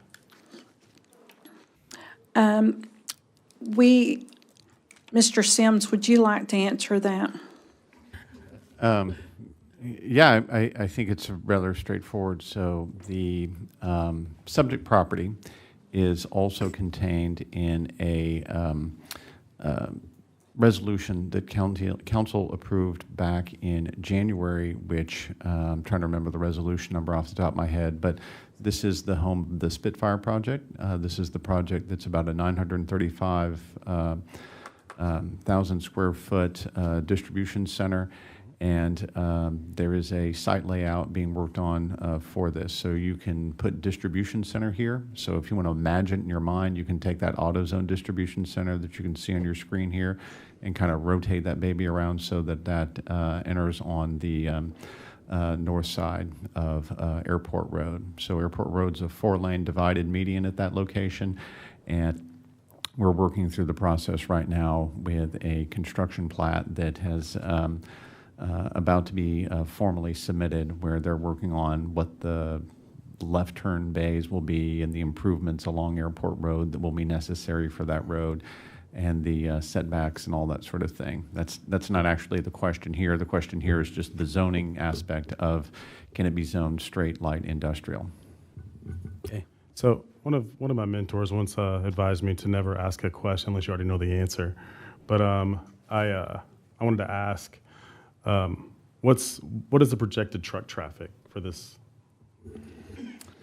I don't know that I have that handy off the top of my head. I can tell you with a 935,000 square foot distribution center, that number is going to be large, and it is the reason that we really needed that applicant to be very close to Interstate 20 on Airport Road. So we're talking about pretty significant traffic impacts, right? Yes, sir. Okay. And this, to be candid, this is the week that you and I have discussed this project at length already. So we have some background on what's yes, sir, on the project. Okay. Thank you. All right. Anyone else? Are we doing discussion? No, this is not discussion. This is comment, right? Or So I have a question. Question. This project is how many months in the making? Well, I'm going to say that we've been actively talking to Fairfield Mud for decades, because Fairfield Mud is its own political entity outside of the city limits of the city of Terrell. And so a lot of work has gone on with that. In terms of just the specific timetable with this project, I would say that sometime in the November, December timeframe, they came forward with the request to expedite this particular phase of the Fairfield Mud development. Jana, Yes, ma'am. they checked all the boxes? They did. Yes, ma'am. For a zone change application. We did not do and because of that, we didn't ask, there's no way for you to ask for a truck study.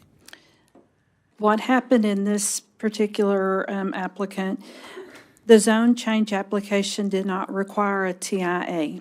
Okay. However, they did submit a construction plat at a later date from submitting their zone change application, and in that included the TIA, a drainage study, and other items that are required by civil. Okay.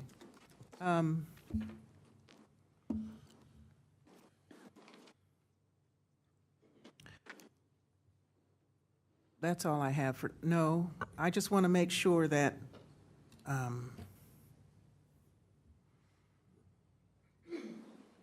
all of your applicants get treated the same way. Absolutely. And I don't think I've told you this, but I do appreciate what you and the Planning and Zoning Board and the other staff do to bring this work forward. Thank you. Thank you. A second that. Jana, Thank you. a question. Yes, ma'am. The vehicles entering the distribution site, I'm going to Zoom, but it's also a question. Are they only entering from Airport Road? Yes. To the property? Yes, ma'am. No plans of adding a road anywhere around the property, since they'll have one entrance, or at least one entrance, maybe. They're going to actually have 3 entrances off the airport. One will be for employees, guests visiting the site, and then the trucks then will have an entrance and an exit. Okay. And that will be per our building standards that's outlined in our TCSS ordinance. And the entrances to the industrial park there off of Highway 34 coming in on the west side, and then immediately off of Highway 20. Yes. On concrete roads. Mm-hmm. And that TIA, and Chris Snap will be able to answer those questions because he has the TIA that was presented with the construction plat, and so we can share that analysis with you. And the construction plat, they've submitted it, so once, if this item moves forward, then the construction plat will then move to zoning and planning, or just through city staff? Once construction plat is presented and approved by both P&Z and city council, if approved, then they'll go straight to scheduling a pre-construction meeting and doing all the steps and required to get a certificate of occupancy. We'll be working with our building official, frequent inspections by the building official and/or our consultant at the time, whoever, we bring in to assist with those steps. And this is only a zone change, it's not a planned development that's coming? It's going straight through the zone change and then? Yes, ma'am. So just this administrative zone change application, and then once that's approved, and then there's a couple of other fundamentals that will take place, then we will bring to you, when ready, a construction plat application. So again, for audience who might want to attend that, can you state out loud the planning and zoning meeting date at which we're trying to have that available? The next available is May 24th, I believe. Okay. It's either the 22nd, May 22nd. Very good. Thank you. All right. This is a discuss and consider ordinance number 3091. Is there a motion? Motion to approve ordinance number 3091 as presented. There's a motion. Is there a second? Mayor, a second. Is there any further discussion? So there is a motion, Mayor Ronnie Velasquez, District 3, second from Mayor Rick Carmona, to approve ordinance number 3091 as presented. Is there any further discussion? Hearing none, all those in favor, let it be known by stating aye. Aye. Aye. Any opposed? Nay. We got vote of, oh, you didn't vote? Are you going to vote?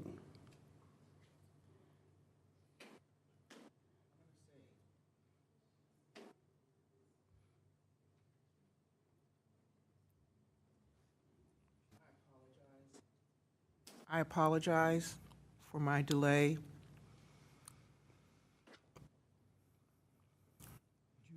Aye. Voted aye. Is that aye, ma'am?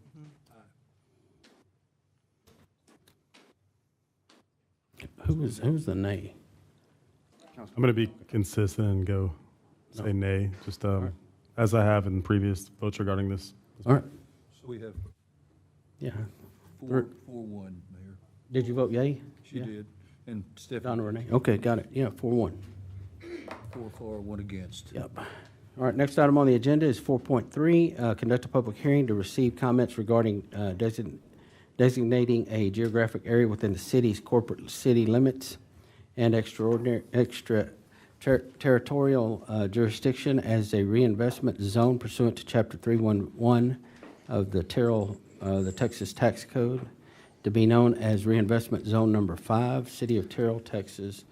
TERS presentation will be done by Mike Sims. So, Mayor and Council, I'm going to present from here for the sake of standing up for a few minutes, pardon me.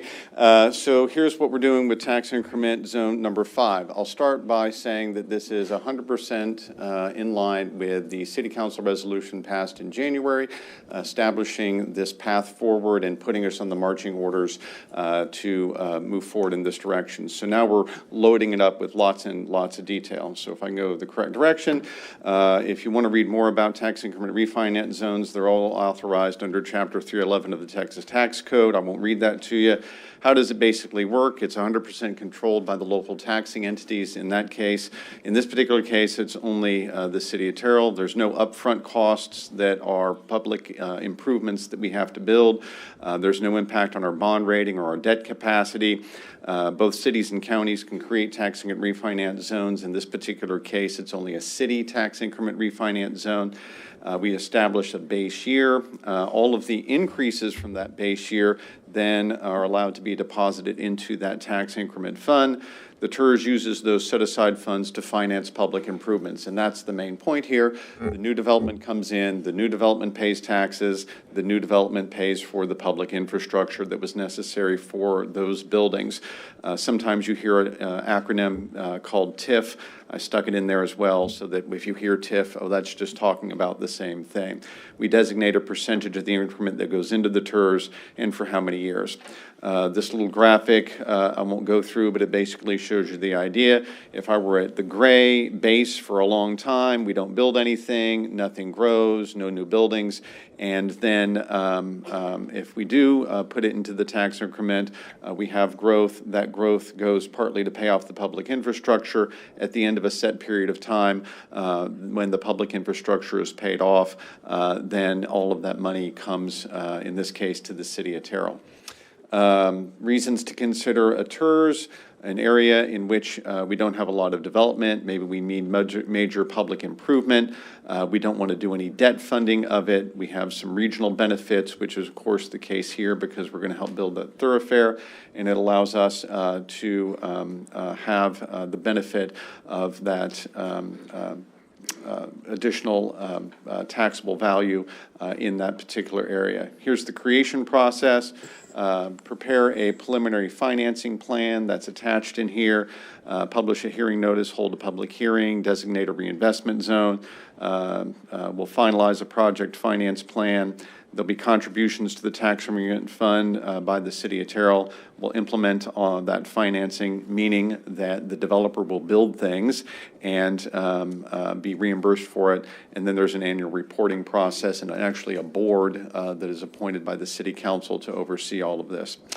Voluntary annexations and tax increment refinance zones. It's no secret to anybody that we've been doing a lot of work along these lines.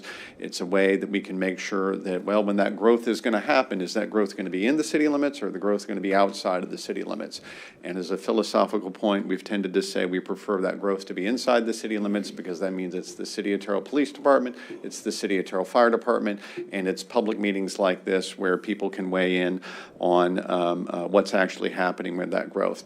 As a municipal utility district, this landowner has the ability to do the exact same land use and make zero contributions to anything related to the City of Terrell. Force the sheriff to come do the police work, have the emergency service district do the fire, and do their water and sewer through a package plant that they do on their own site themselves.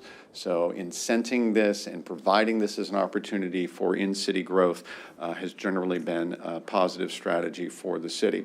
Just for big picture's sake, here's the overall city. The blue is out on the far west side of town. That's that North Spur zone, which is in tax increment refinance zone number 4. The purple in the main central part of the city is where we are using the Crossroads development to support some of the redevelopment downtown. You can see that kind of goofy dark purple shape, and that's what that was drawn for. The yellow area is the Los Lomas zone and a portion of it called Eastland Business Park, and red is where Arboretum Estates is being built, and Arboretum Estates is under construction down on FM 148 right now. That's TERS number 2. We're talking about what my staff tells me is lavender. And the lavender area on the east side of town is Fairfield Mud, and you can see how that runs basically along the existing city limit boundary along Airport Road, and kind of if you're sharp-eyed on that map, you can tell where Trinity Valley Community College is, and you can see that AutoZone distribution center just on the south side of Airport Road. And so all that we're talking about is the entire Fairfield Municipal Utility District. Again, as a political subdivision created by the state of Texas, they can do everything that they want to do with no city control whatsoever. And what we're working on here is creating a tax increment refinance zone so that they can come into the city limit and play by city rules as they do that development. So Fairfield number 5, it's designed again to facilitate annexation of 2,600 acres owned by Terrell HRC LP in the Fairfield Mud.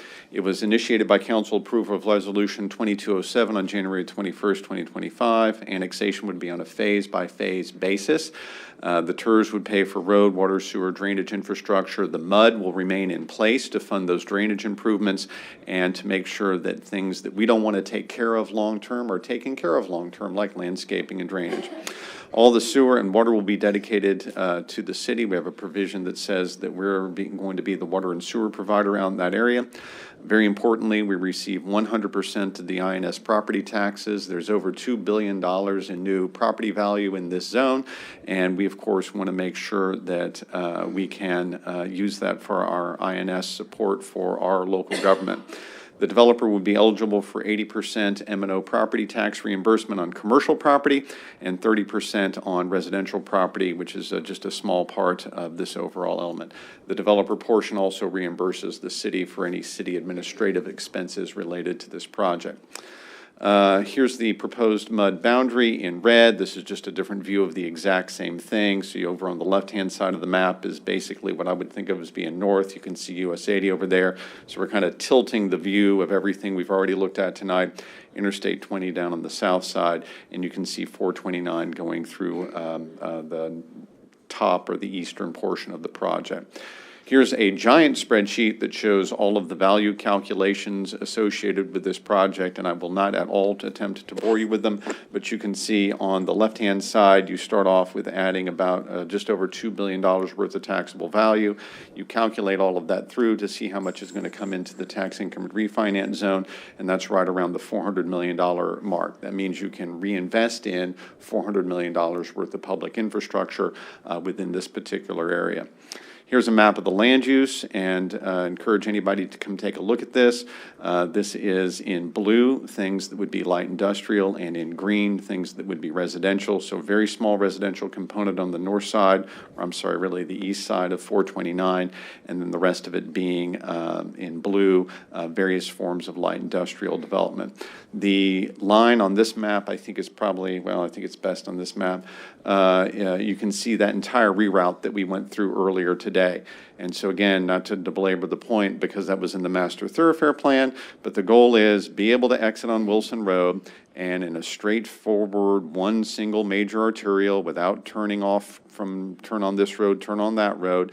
You follow that new major arterial along the eastern boundary of Fairfield Mud, hook into 429, and then get around to where TxDOT wants to build the change in 429 and that change in the crossing location. All that's reflected here, and the tax dollars from Fairfield Mud would be able to assist in paying for the development of that road over the course of time. And again, same comment I made earlier, you don't look at a map like this and say that that road's going to be built instantly. It's just something that over the course of time, the tax dollars from this area would be dedicated to pay for making those roadway improvements. Here's an overall summary of the roadway improvements. Again, I won't belabor any of it, but it does get you around $400 million in total project costs. And here's our process.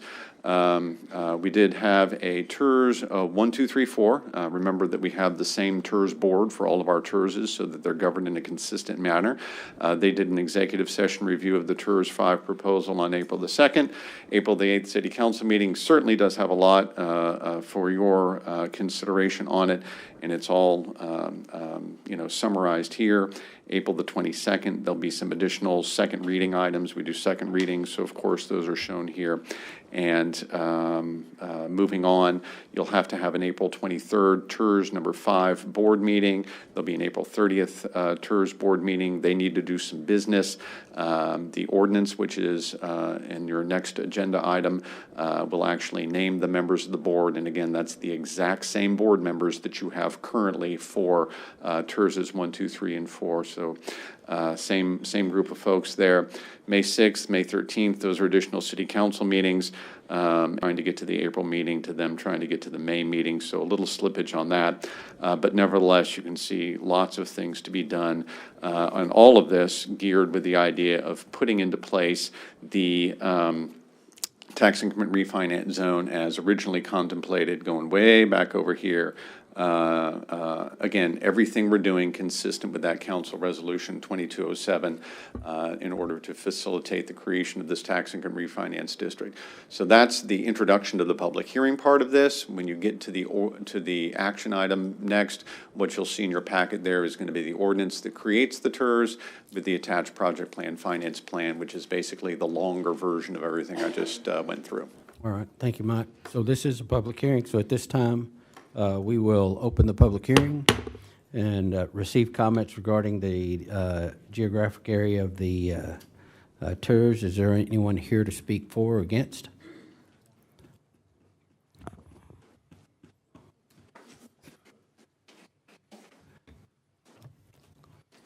Tyler Lowe, 3867 South Cove Drive, Birmingham, Alabama. I'm consistent, right? I think this fits with the future use plan of the city. And so, for that reason, I support this. All right, thank you. Is anybody else? All right, at this time, we will close the public hearing. Move on to item 4.14.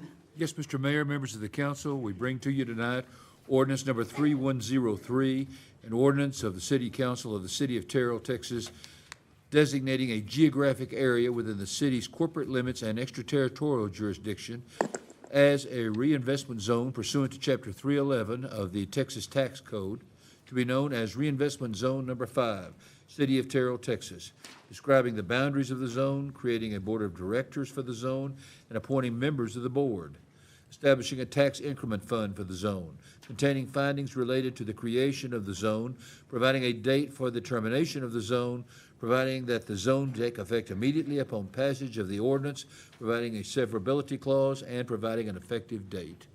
Thank you, Greg. So, Mike, this allows new development to pay for the infrastructure and get repaid. Yes, sir. But the city doesn't have to pay up front. Yes, sir. All right. Does anybody have any questions for Mike? Nope. Okay. Any questions? This has already been discussed. Okay, yeah, all right. So hearing none, is there a motion on item 3103? Motion to approve ordinance number 3013 as presented. There's a motion, is there a second? Second. We have a motion from Mayor Ronnie Velasquez, District 3, a second from Mayor Pro Tem District 4, Stephanie Holmes Thomas. 3013. Oh, yes. 3103. I believe it's Three- 3103. It's 310. My eyes are. It's a little Okay, late. Greg. Very good. You're All right. right.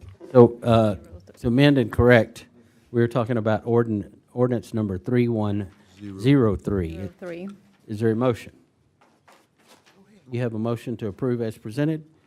We have a motion from Mayor Ronnie Velasquez, District 3. We had a second from our Mayor Pro Tem District 4, Stephanie Holmes Thomas, to approve ordinance number 3103 as presented. Is there any further discussion? Oh, not. Hearing none, all those in favor, let it be known by stating aye. Aye. Aye. Any opposed? Motion carries unanimous vote of those present. Our next item on the agenda is discuss and consider zoning board of adjustments and council board responsibilities. This is Dawn. I'm sitting there. Yes? Yes, Mayor and Council, in your packet is the Zoning Board of Adjustments roster. We have an open position with Dina Boyd, and there's a couple of applications in the packet, and this falls under the oversight of Phil Robinson. Had some folks who expressed interest, but I'd like to postpone. Motion to postpone the appointment for the ZBA. All right. Is there a second? I have a motion from Deputy Mayor Pro Tem District 5, Phil Robinson, and a second from Stephanie Holmes Thomas, Mayor Pro Tem District 4, to postpone item number 5.1. Is there any further discussion? All those in favor, let it be known by stating aye. Aye. Aye. Any opposed? Motion carries unanimous vote of the president. Next item on the agenda is the business items. 6.1, discuss and consider resolution number 2218 regarding the Kaufman County Juvenile Detention Center bond proposal. Senior Analyst Omara Mata. Mayor and Council, it Or- was getting late, and they left. They would like to do this at the next meeting if possible. Okay. So can we get a motion to postpone 6.1? I make a motion that we postpone 6.1. I'll second it. We have a motion from Donna Renee Anderson, District 2, a second from Phil Robinson, Deputy Mayor Pro Tem District 5, to postpone item 6.1. Is there any further discussion? All those in favor, let it be known by stating aye. Aye. Aye. Any opposed? Motion carries unanimous vote of those present. Our next item on the agenda is 6.2, discuss and consider mowing from FY 2023 to FY 2025 for TxDOT right-of-way, City of Terrell right-of-way, and City of Terrell facilities. Glenn Caldwell. Thank you, Mr. Mayor, Council. I know we've discussed this item a fair number of times, so I want to yield to the council to give us a direction. We have three options on the table.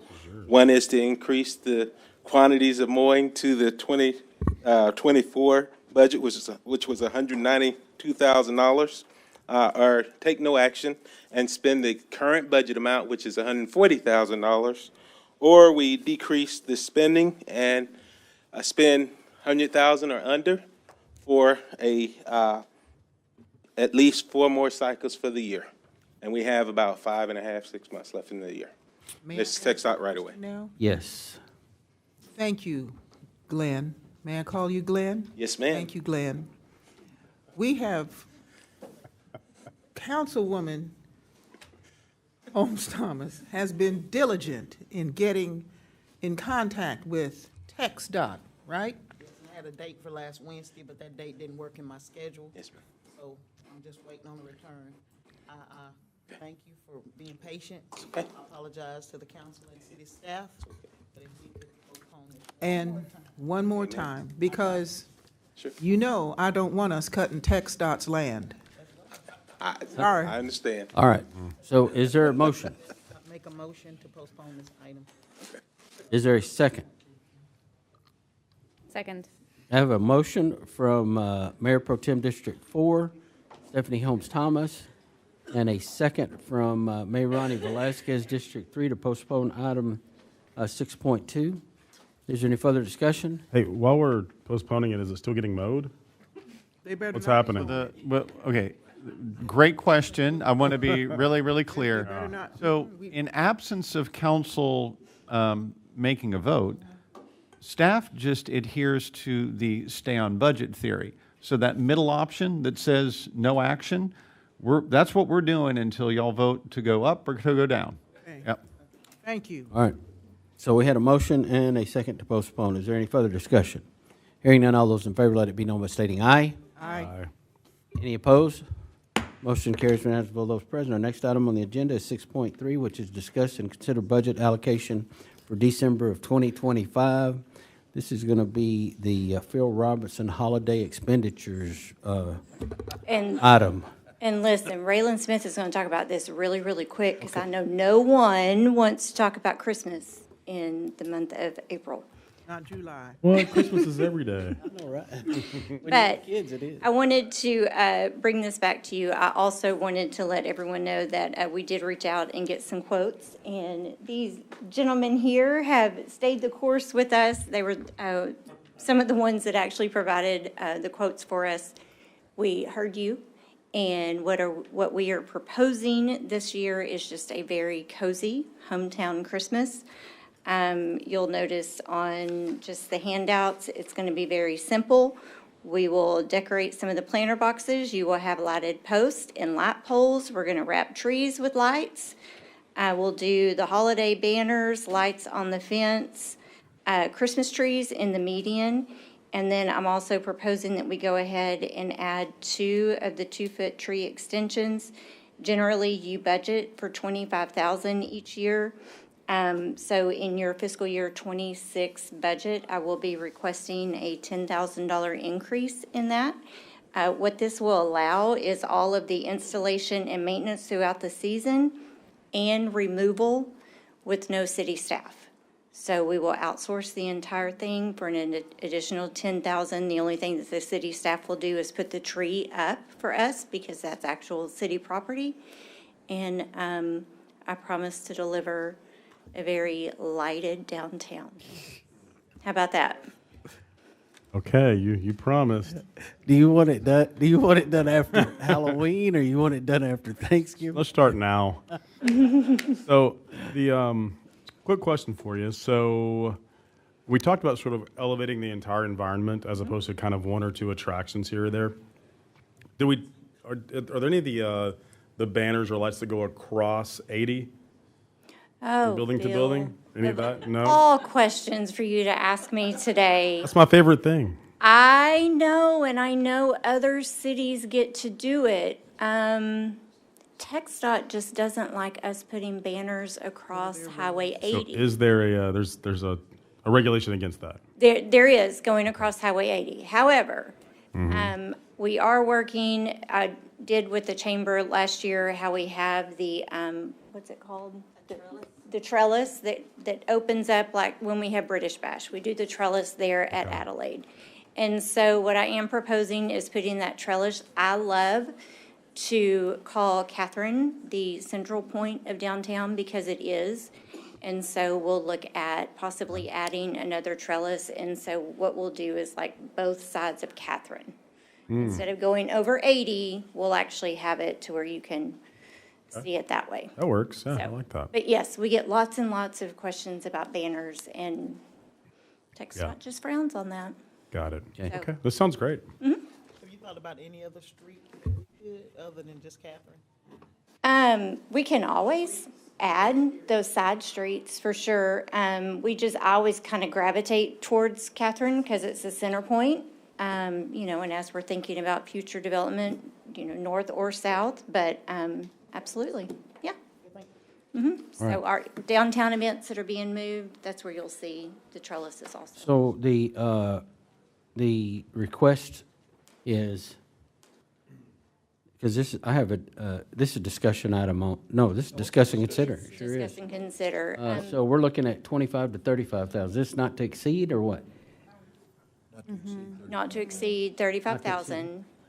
The difference is this will be part of your fiscal year 26 budget. However, we'll have to place the notice to proceed before October 1st, just simply because of supply orders, et cetera. Got So it. that's why we're going Oh, ahead okay, and bringing gotcha. this Yeah, I see. Because I do have one final question. The thinking outside the box idea that we had about potentially having maybe a contest for downtown business owners to decorate their business, maybe some $1,000 prize for the best decorated building. Seems like a way to get a lot of bang for your buck for not that big of an expenditure. Did we discuss that at all or toss that around? We've tossed around to our small businesses, and I did, in my rushing through this presentation, I did want to point out, we're also doing the 'Tis the Season for Giving, where we're actually reaching out to the nonprofits the chamber has, and we're going to offer the lot there on Rockwall and Moore for a pumpkin patch in Thanksgiving, and then I'm also selling Christmas trees around the holidays. So we're really kind of wanting to turn that lot into possibly some fundraisers for some of our nonprofits. And then obviously the small business organization will get together for the Christmas decorations. Angie, did you want to add something? Please come forward. The chamber and CVB, we get together, we did this last year, and we did a competition, and they did very well, I thought, decorating the different buildings that helped bring in, and didn't cost anything. Cost us a dinner and a visit to a different downtown that we went to investigate. And then I've also talked to the Brin, is it the Brin building? Yes. Is it? The Miracle. Bruce Miracle, you know, that big foyer, if that building doesn't sell, he has a Christmas tree that he will allow us to put up in that and decorate. That's great. Yes. And no more Christmas until Thanksgiving. New lights that we've spent money on top of the buildings. Yes. I'd like to see more festive colors this year. Yeah. All right. Last year, I think. 6.3. So is there a motion on 6.3? Motion to approve item 6.3. There's a motion. Is there a second? Second. Okay, I have a motion from Deputy Mayor Pro Tem District 5, Phil Robinson, a second from Donna Renee Anderson, District 2, to approve an amount not to exceed $35,000 for item 6.3. Is there any further discussion? Hearing none, all those in favor, let it be known by stating aye. Aye. Aye. Any opposed? Motion carries unanimous vote of those present. Our next item on the agenda is discussion items. Discuss January 31, 2025 financial report. This is going to be our Assistant City Manager, Mark Mills. Thank you for hanging in there, Mark. Good to see you, Mark. Good to see you. Mayor, Council, good evening. I'm going to start this evening by introducing you all to a very special guest. I'm going to have a lady by the name of Marty Corsi come up. Marty is our interim finance director. She's been with us about 2 weeks now. Started with us on March the 26th, I believe it was. And I was going to give her an opportunity to introduce herself to you all before I started. Thank you, Mark. Welcome. Mayor and Council. My name is Marty Corsi. I've been a finance director for a good 30 years, better. I've been in this area. I'm glad to be here. And I'm hoping that I can help in any which way we can until we get somebody regular. But if there's anything I can do for any of you, please ask. I've been around, and especially in Kaufman County. And so if I can help, I certainly would want to do that. Well, thank you. How long have you been with the city now? It's been 2 weeks. 2 weeks. Mhm. Long 2 weeks. It's a long 2 weeks. Welcome aboard. Well, anybody have any questions or comments? I'm going to make sure that we know that anybody in the crowd, anybody up here in council can all email Marty Corsi. So help us all spell it correctly, because we're going to anxiously want to send you an email and say, how you doing? Welcome to town. It's going to be M and Corsi. So Right. spell that so we don't make a mistake. COURSEY. Excellent. At cityofterrell.org. And she is great, customer service friendly. And she and Mark are doing just a wonderful job stabilizing the ship over there. And I really, really appreciate her being here. And just for clarity, she works with the firm SGR, Strategic Government Resources, that we use for a lot of our recruiting services. And SGR also has a program where they provide temporary placements of highly skilled individuals to help out cities who are in a transitionary period. So we thank SGR and we thank Marty for being here. So. Welcome. Welcome. We're glad you're here, and we're expecting good things with you coming. All right. And, of course, you let us know if it's anything we can do as a council to help you and support you to give you what you need to be successful. All right. Thank you so much. Thank you, Marty. Welcome. Thank you. Thank you. All right. Back to Mark. Thank you. I tell Marty at least twice a day how glad I am she's here. And you all have asked, and I have asked, and the answer is no. She will not join us permanently. She's here temporarily, but I did try. I have before you this evening the city financials, the monthly financials through January the 31st of 2025. This will be the first in a series that you receive on an ongoing, continual, consistent basis. The intent is, at this time, while we make sure that we get our processes cleaned up and in place, that you're going to get monthly financials, roughly 60 days plus. And what I mean by that is you have January the 31st, we'll go through February and March, getting them ready, and then whatever the first meeting in April would be, April the 8th, you'll get those. So the first meeting in May, you can expect to see February. As we get some things cleaned up and our processes tightened up, I'm hoping to eventually get you to 45 days. And then eventually 30 days. But we have to walk before we run, so we're going to get you there. What I have before you this evening is the 28 funds that you adopt as part of the adopted budget. I can go into as much or as little detail as you would like this evening. I do have a couple of highlights that I wanted to talk about on the general fund. I wasn't going to dive into the other funds in great detail, but I can. Just as a point of reference, January the 31st is roughly 33% of the way through the year, so that provides you a reference point. Sometimes you're going to see revenues that exceed that because of the nature of the revenue and the way we collect it. And then same on the expenditures. You're going to see some expenditures that are going to be below 33%. You're going to see some that are going to be above 33%. A lot of those are going to be one-time contractual obligations for, like, for example, some of our IT licenses, we pay those once a year and they may have just hit earlier in the year. So it's a one-time payment. So that's why you're going to see some of those costs being up. One of the things that I do want to point out is the property tax in the general fund. If you look at taxes under property tax, it shows that we're 97%, or almost 98% collected today. One thing that I need to make you aware is you look through the package, you're going to look at our TERS. You're going to see TERS 1, 2, 3, 4. And those all have a property tax component. You're going to see that there's no property tax collected for those. It's because at this point we've not done the analysis. And what I mean by that is when we get our money from the tax assessor, Kaufman County tax assessor collector, the money comes in and it's split out into two pools. We get M&O and INS, maintenance and operation, and interest and sinking.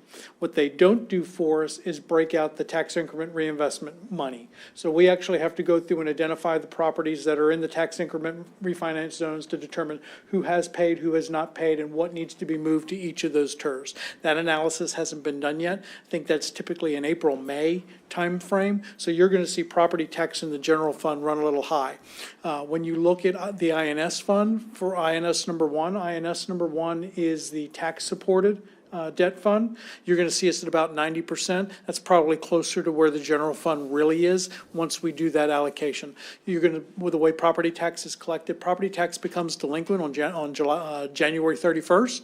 So most of our payments come in December, January timeframe, with some bleeding over into February, depending upon when the county is paying us. So that's when you're going to see you're still going to receive it throughout the year, but you're going to receive the bulk of your property tax payment in the December, January, February timeframe. Sales tax looks like it's down at 32%. I'll tell you, when we look at sales tax, we don't look at it as an even 1/12. We look at it based on projected collections, based on a history. I use a 3-year history. It's what I use to do my numbers. So it says we're at 32%. That's actually for the month through the month of January. That put us right at about plus 0.2%. So we were tracking directly on budget. I can tell you for March, it's actually up. So through March, we actually have higher than budget projections for sales tax. So we're actually performing well there. But for the January 31st, it looks low compared to the 33%, but we were essentially on target.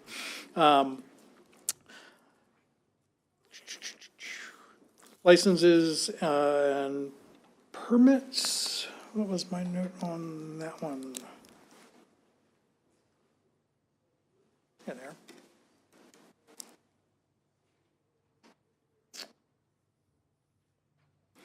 Licenses and permits is up a little bit. We had a refund from a vendor that we paid that was miscoded, so that's actually a little higher.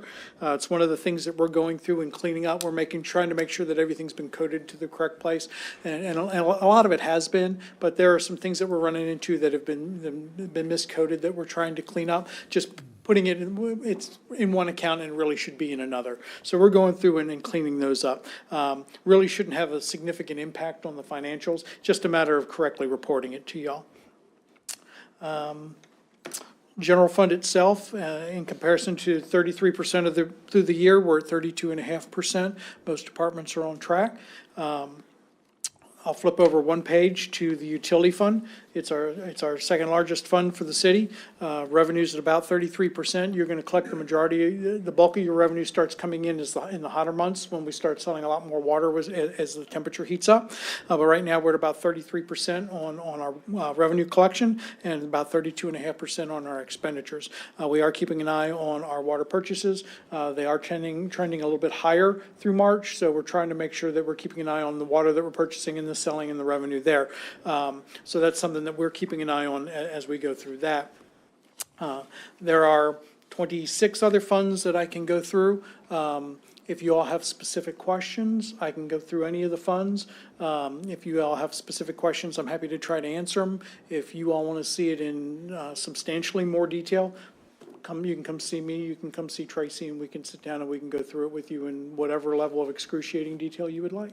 As you began to prepare the reports for council, did anything did you, a red flag of any sort that, hey, I need to maybe bring this to the mayor and the council's attention that was No, off wouldn't say that I saw substantially? anything that was a red flag. I saw some things that were miscoded. I saw things that weren't booked like they should have been. They're hanging out there and they've not been booked into the finance system. So we're identifying those and we're trying to make sure that those get included.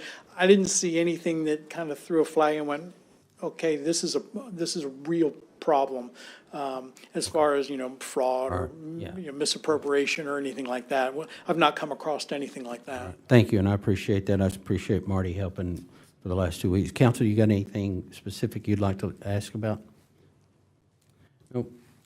Again, let's take Mark's advice. If we go through the report, if there's something that you need that needs to be in more detail, please reach out to him and/or Marty. Thank you very much. Yeah, just one more comment. Okay, yes. I do have to say how proud I am of the finance staff over there. In the last 2 weeks, they've really come together as a team. There's some gaps as far as some training goes, and we're going to get them where they need to be. But the attitude over there is fantastic, and everybody has jumped in, and they are working better as a team now than I've seen them over the course of the last year. Good news. Very good. All right. Thank you. Thank you. Next item on the agenda is discuss RFP 24-03, food service and retail food service establishment inspections, service agreement extensions. Again, our downtown project manager, Raylan Smith. So this will be really quick too. You'll remember that last year we had gone out for an RFP for a new health food inspector. So believe it or not, we are coming up on that year. Change is hard, but I think that all of our vendors have really grown to love David. I know that our staff has. I gave you just some examples. We've gone from 235 registered permits to 290. So we think that we've gone in and we've picked up on some businesses that perhaps have been skipped for a while. And so we've really spent some time trying to get those systems and operations in place. Definitely updated some of our procedures in meeting with him. We're going to be bringing to you some recommended policy changes, which are going to be some ordinance updates as it relates to state laws and also swimming pools and hotel motel inspections. And so he's been really, really great for our staff. And just letting you know that the recommendation from staff for action will be a 2-year contract. So we did the preliminary 12-month contract with David, and the recommendation will be to finish out that RFP with allowing him a 2-year extension. All right. So if someone's having an issue of getting in touch with David or a response, do they contact you, or who should they call? You? Okay. Absolutely. All right. Good.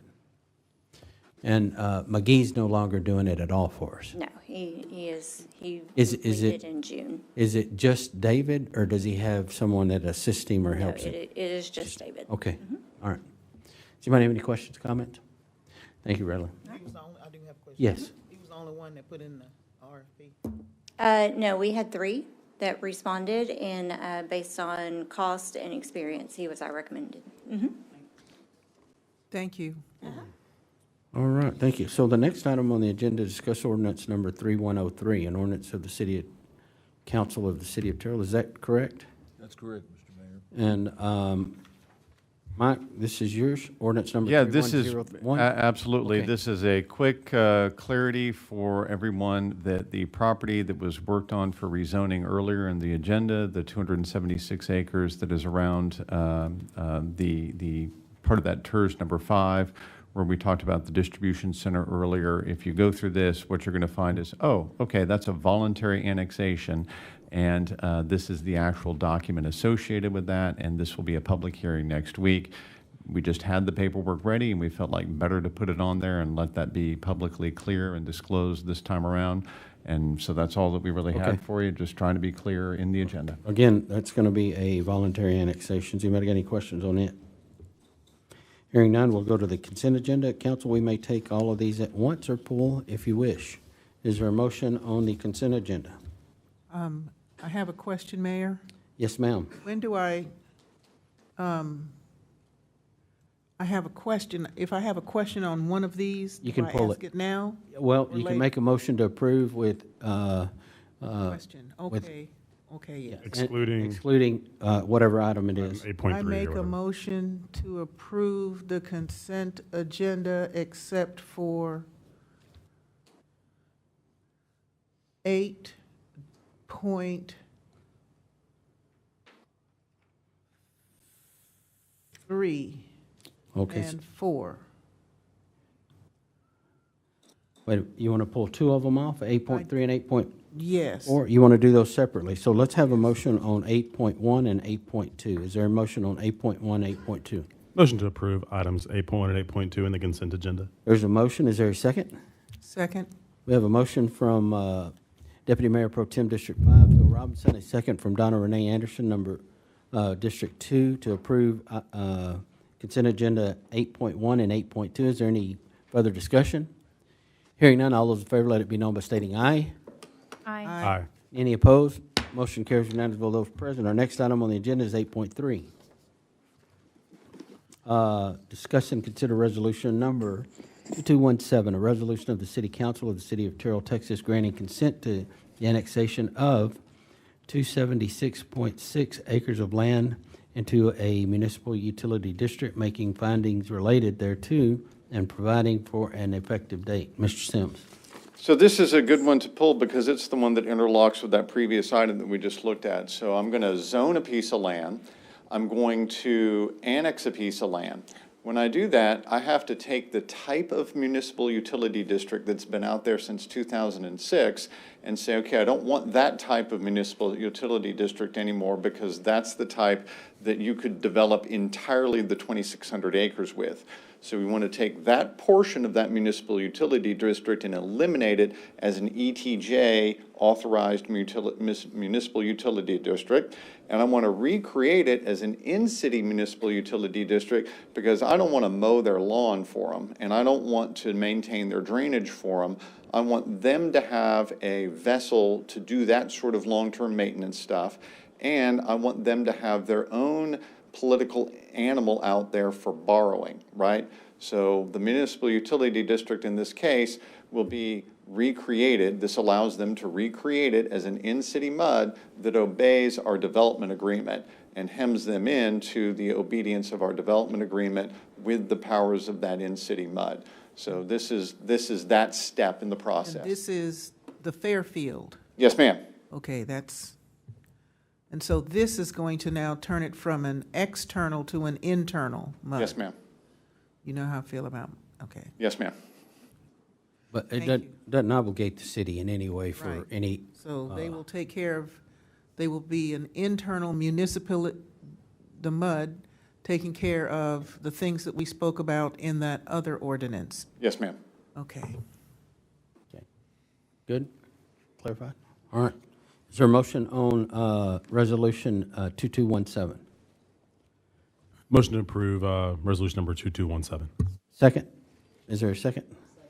We have a motion from Deputy Mayor Pro Tem District 5, Phil Robinson, a second from Mayor Pro Tem District 4, Stephanie Holmes Thomas, to approve resolution number 2217 as presented. Is there any further discussion?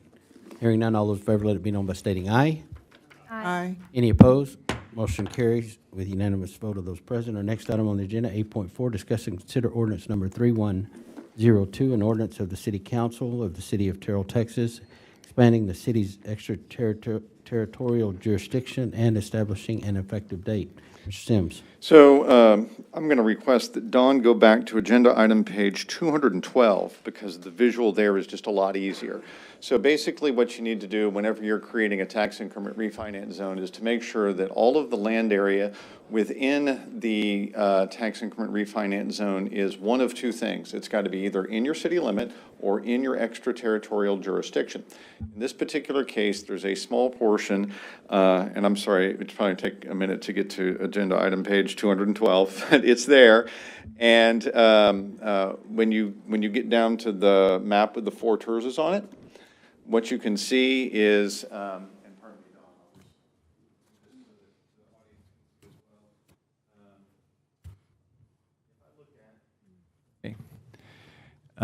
our extraterritorial jurisdiction includes obviously all this stuff that looks like it's really, really close to the city limits.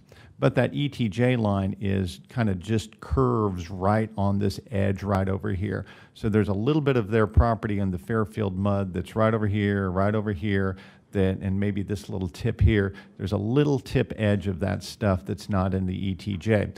That would mean that they could do all the same development. Doesn't matter for their powers as a MUD. It only matters for our power to create a tax increment refinance zone on it. And so for that reason, when we identified that, we felt like it was preferable to make sure that all of it could be part of the city eventually, and there wouldn't be a part of it hanging out there as an out-of-city MUD just on those little edge pieces. And so that was just part of the making sure we treat all of the land area owned by Fairfield MUD the same way.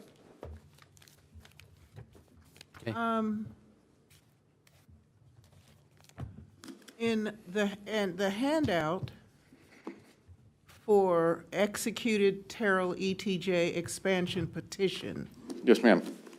Petition request to us, and it was signed by their senior vice president. I've seen that name before. Mr. Todd Watson, yes.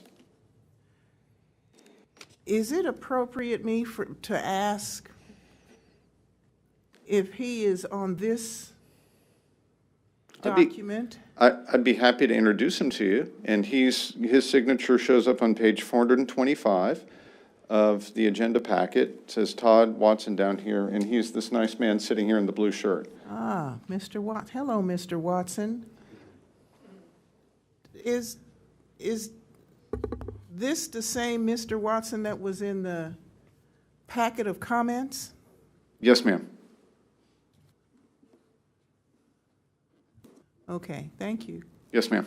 All right. Anyone else?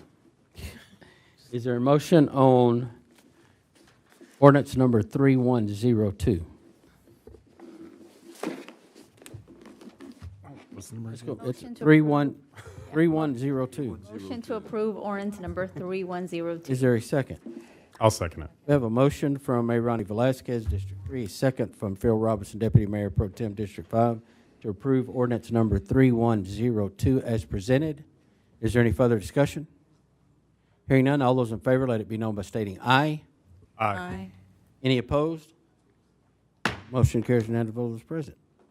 We are, next item on the agenda is receive credit rating reports. Those are just information reports, yes. And I'm not aware of any executive, so we are adjourned. No,